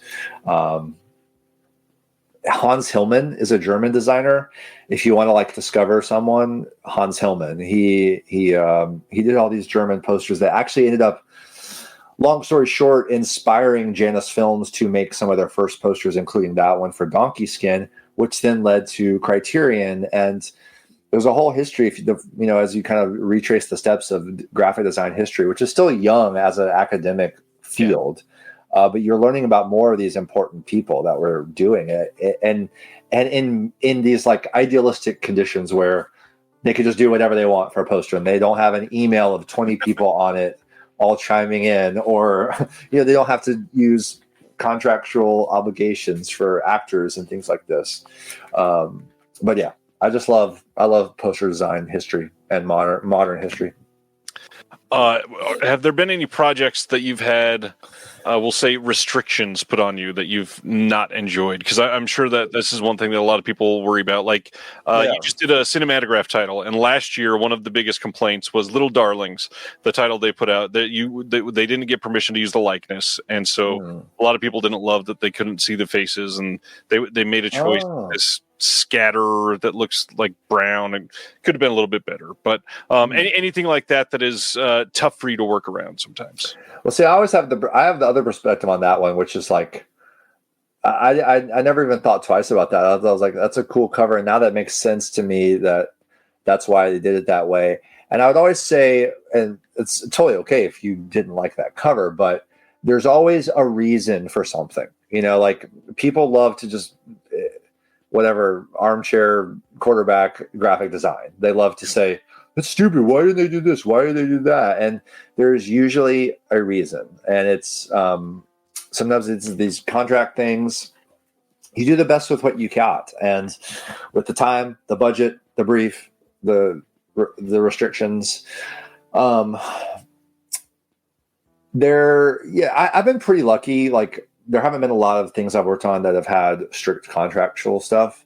But the cinematograph one that I did for Last of the Red Hot Lovers, that was hard because if you see that cover I did, I actually have one right here I can show you. Other current titles that Sam has worked on: A Tale of Sorrow and Sadness from Radiance. Them Rock from Radiance is also another one that you just did. Yes, that's an insane film. Like if Them Rock is not on your radar, put it on your radar now. Like trust me. So this one, Last of the Red Hot Lovers, you see how much writing is on this. This is all because it had to be that way. I had to come up with a solution that was just like fit so much stuff. And I know it's a scribbly mess, but I was just like, it's just going to be a scribbly mess. It's going to be a tic-tac-toe with lip prints. And he makes notes on napkins in the movie. So I was like, it could maybe feel like that. Yeah. And so, yeah, Arkin had to be literally 70% of the title size.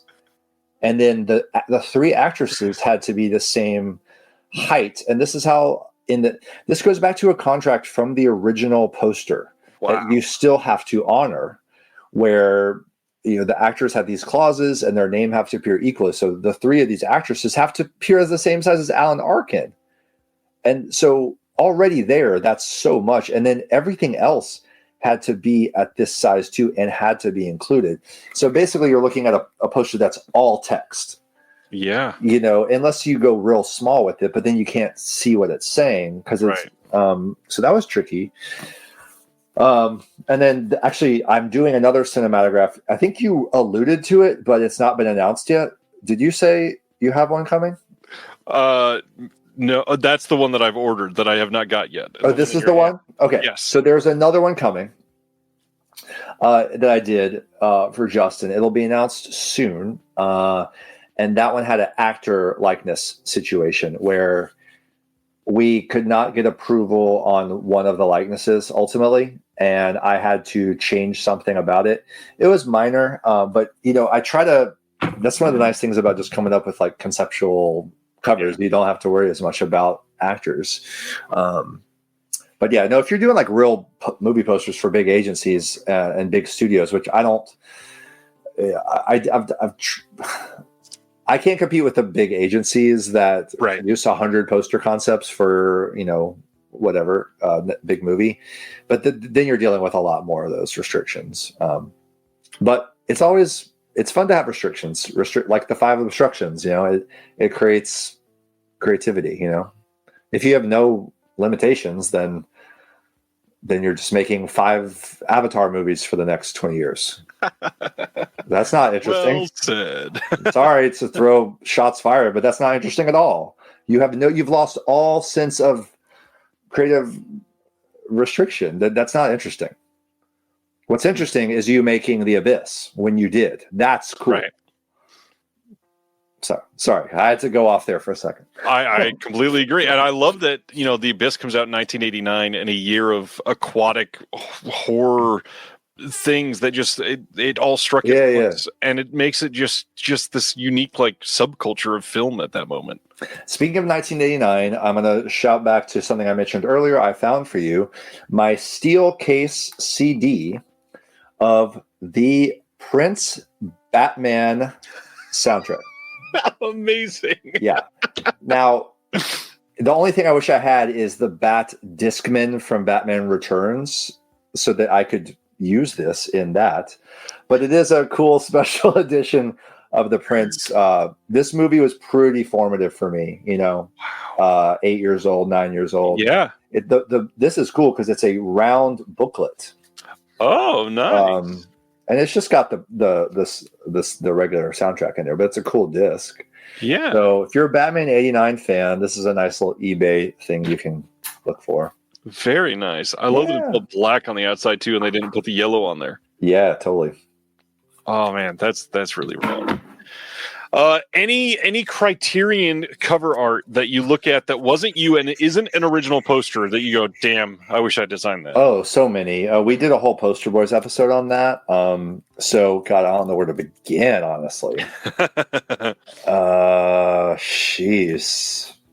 I mean, any of the Keller House stuff, Neil Keller House, and his company. A couple other designers were involved in some of them, but they did some great ones that really got me into Criterion, like Walkabout.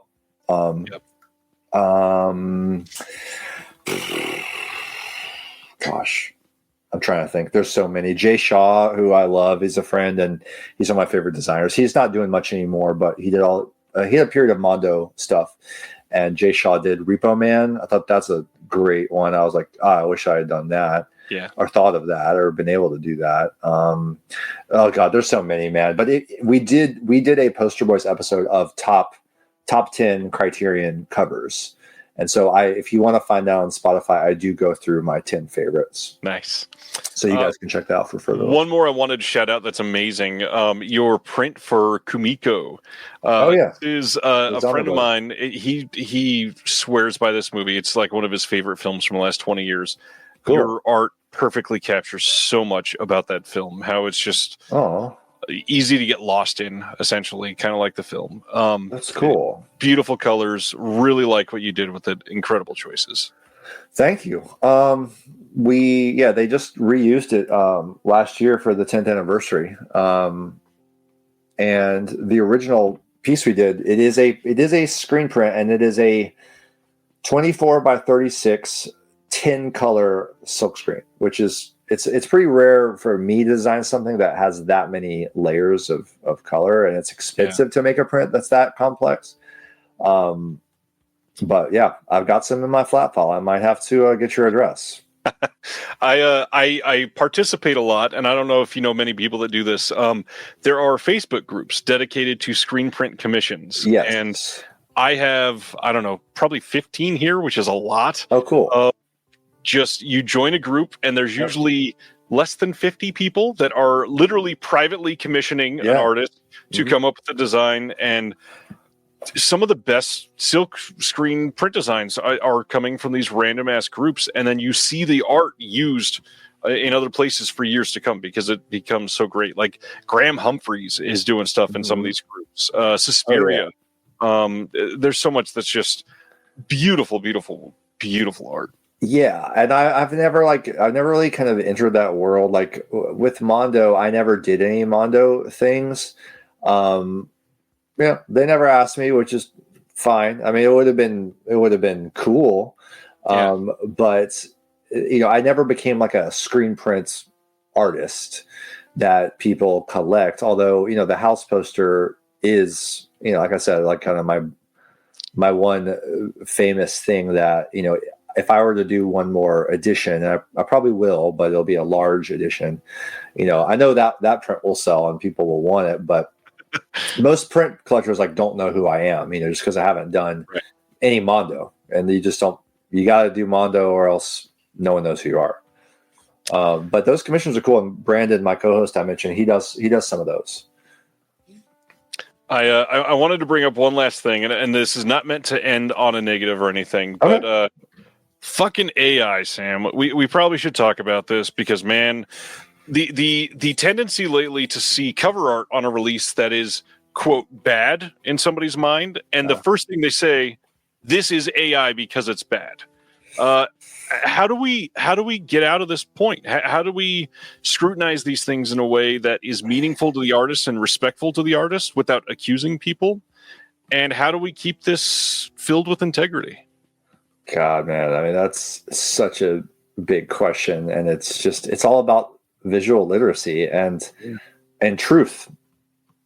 it's, if you've been following what's been happening culturally in this country for the last 20 years, there's and it's the internet's fault, and it's, certain influential, without getting into politics, it's just like we've lost the ability to even discern what is, or even regulate the idea of discerning what is real. And so the bigger problem is not DVDs and Blu-rays. It's that you can't even look at a photo anymore until, right. I mean, people like me can kind of still tell, but you're going to have deep fakes of all kinds of stuff that's going to cause major world problems, I guarantee you. Yeah.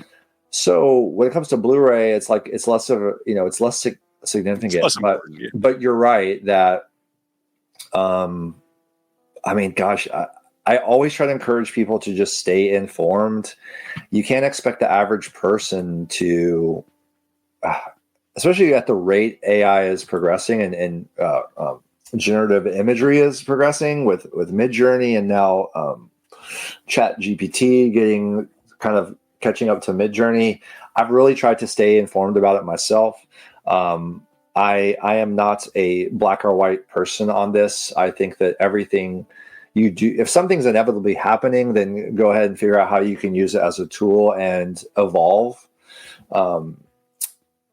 Might as well. And then you can always not use it, but good to like know what's going on.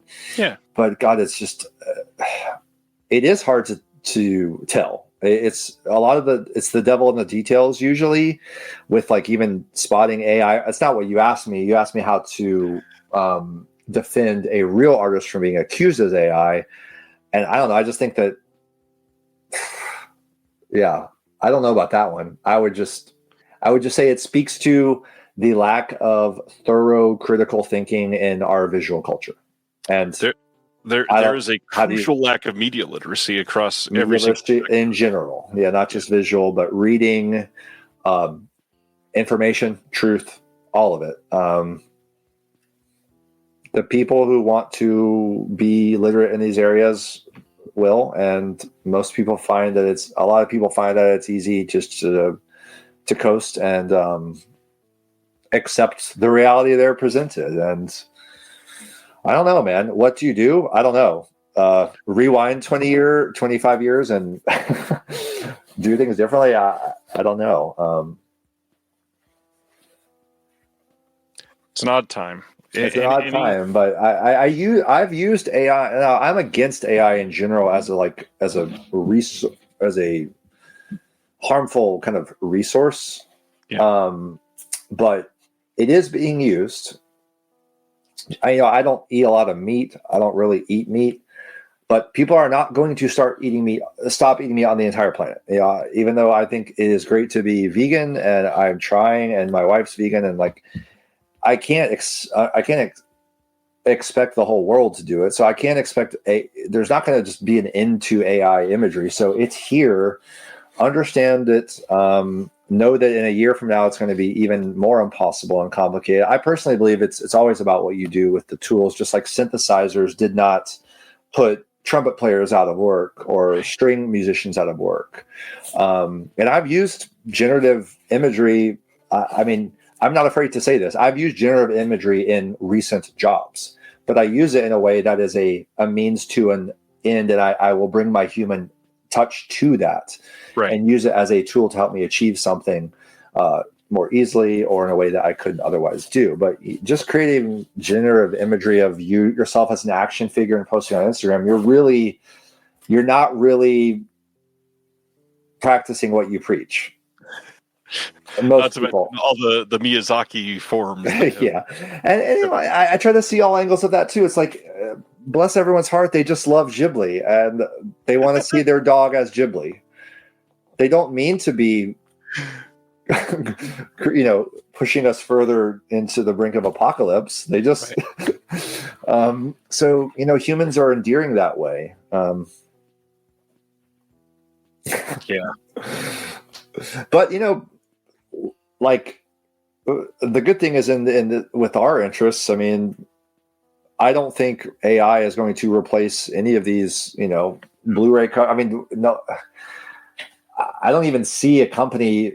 If someone made like an all AI generated Blu-ray cover, I mean, they've come close. Like those Civil War posters were whack, but that was only because people spotted the errors, and that was almost 2 years ago now, and those errors don't exist anymore. I don't know. I still believe art's and humans will thrive. And see, that's to me like Sibner in the chat is talking about how musicians use stuff like that to tweak and fix small things, and that's why some of the classic songs from history, there are actual human errors that you can hear in those things that give it that taste and character that are just amazing to hold on to. I love it. Yeah, the chat is really more active on this than I've seen all night, and it's true. Flickering Waves, William, mentioning a album cover I just did by William Tyler. If you love instrumental music, definitely check that out. But yeah, Photoshop. Yeah, exactly. Photoshop has already been using. I mean, the whole thing with the Brutalists and everyone going on this high horse about the vocal stuff. Like, guys, you can't like. Okay, I'm not going to throw Avatar under the bus again, but computers have been helping achieve things forever, like since they existed. Yeah. So like, yeah, learn just informing yourself, critical thinking are good. I don't think anybody in the chat would do it, but the amount of times that we're seeing people on social media specifically to say, I don't like this cover art, it is bad, therefore it was probably done by AI. Yeah. Okay. See, I haven't seen a lot of that. It's a lot of reductive reasoning, and it makes zero sense whatsoever. Well, yeah, and I'm trying to look for the silver lining. At least it's showing that people don't want AI. Right. It's misapplied, and we don't want to hurt artists' feelings. I've seen a lot of artists get ripped off, or some AI does happen to look like someone's art. But I have to hope that people there is like a certain watchdog mentality about AI that, if you're not like an AI bro, you're pretty much kind of like, we agree like on just basic common sense principle that, we don't want to make AI make art. No, AI is supposed to help us do all the crap we don't want to do. Exactly. Not make art. Making art is the only thing that humans do that other animals don't. I mean, okay, you could, of course, I think other animals do make art. Birdhouse, bird nests or whatever. But yes. you see what I'm saying? It's like it's the human spirit, and it's always going to be there. I agree. Fun way to end it, I guess. Sam, this has been amazing. Anything that you want to share with the people that you've worked on recently that you've announced that you can't talk about? Well, I have announced the Obayashi project. Oh, nice. I alluded to that. I don't want to say anything. We probably should have led with that. I'm doing 4 Obayashi titles, hopefully, as long as the plan goes in place. Cult Epics is releasing them on US Blu-ray. I got in touch with Cult Epics when I heard about the news, and I just offered my services, and it's working out this way. So can't say which one is first, but the first one's will be announced soon. I'm excited. Obayashi is amazing, so I'm excited to. Nothing. I can't make covers that are as good as House. It's not going to be as good as House. But I'm excited to do those. So look out for those for sure. Follow my socials. Follow Cult Epics. Yep. These are 4 beautiful movies. And, yes. They're going to be some really fun releases of these. Definitely fan favorites for the last 20 years, almost 20 years since House hit the scene. So yeah, that's coming up. Like I said, a couple of things I can't talk about yet. But yeah, Brimstone and Treacle, Thimrock, Love Crime, all available now. They're not. None of those are. Well, Red Hot Lovers is out. Others you can pre-order at Vincent and Radiance. So yeah, you'll follow all my socials to see some Blu-rays I'm working on. It's cool to be part of some of the boutiques right now. I don't know if I'll be doing them forever. I'm just kind of like I said, I might pivot into some different things. I love doing album art. I love doing illustrations for all sorts of things. And got a game coming. Hopefully got this game coming. So stay tuned. Excited for that. Yeah. All right, everybody. Thanks for hanging out tonight. Yeah, thank you. As usual, my pitch, if you want to continue conversations like this, join the Patreon, the link in the description below. We got a Discord associated with the community. We'd love to have you. I used to do the Discord. We would love to see some background on the art in there. They would be all over that, I promise. Other than that, come back next week. It's going to be another fun conversation. We got some stuff that I believe is getting announced this week that is going to be a fun one. John Daly, who is Rock Chudson online, video editor. He is somebody that I work with on stuff for TerrorVision and some other stuff. Will be the guest again next week, so come check that out. It'll be a good time. Sam, you're incredible. Hope we can do this again. Thanks, Ryan. It's so awesome to meet you and connect. And yeah, I'm game to do it again and I'll be following the show. Thanks for everything you're doing, man. You're like a major figurehead in this community, just in terms of the services, the giving nature of everything you're doing. I think it's awesome. And you have a damn great voice. Well, I mean, I'm sure that's how you got into No, I mean, people have told you that, I'm sure. I've only been told that once ever in my life. So I swear. Chat, back me up. Chat is that you are made for. They say radio. They would say. When I grew up, my first job was at Carl's Jr. in California, and I had a car full of 40-year-old women that pulled up and said, "Can you give us directions to the highway?" And I'm like, "It's right there. You can see it." And they're like, "No, just tell us." Yeah. Love it. Love it. Thanks for that. Wave says good voice. Yeah. We'll see y'all next Thursday. Be safe. It's Easter Sunday. Have a good, safe Easter, and we'll talk soon. See y'all.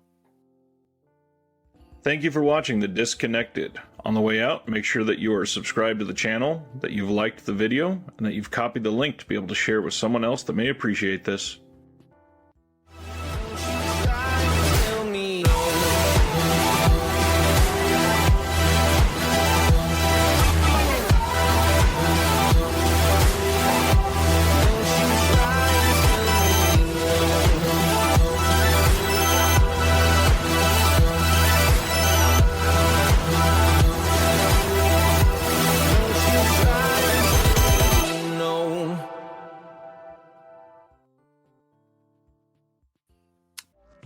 Hey, this is Jason Kleberg from the Force 5 podcast, a show that forces a guest to come up with a movie-themed top 5 list topic, and then we reveal our picks on air. Top 5 heist films, top 5 tearjerkers, top 5 movie dogs. Every show you'll be asking yourself, what would be on my list? Guests include directors, screenwriters, actors, podcasters, musicians, authors, and even a professional wrestler. Subscribe to the Force 5 podcast, and you won't just be a listener, you'll be a list nerd. The Force 5 podcast, available wherever you're listening now.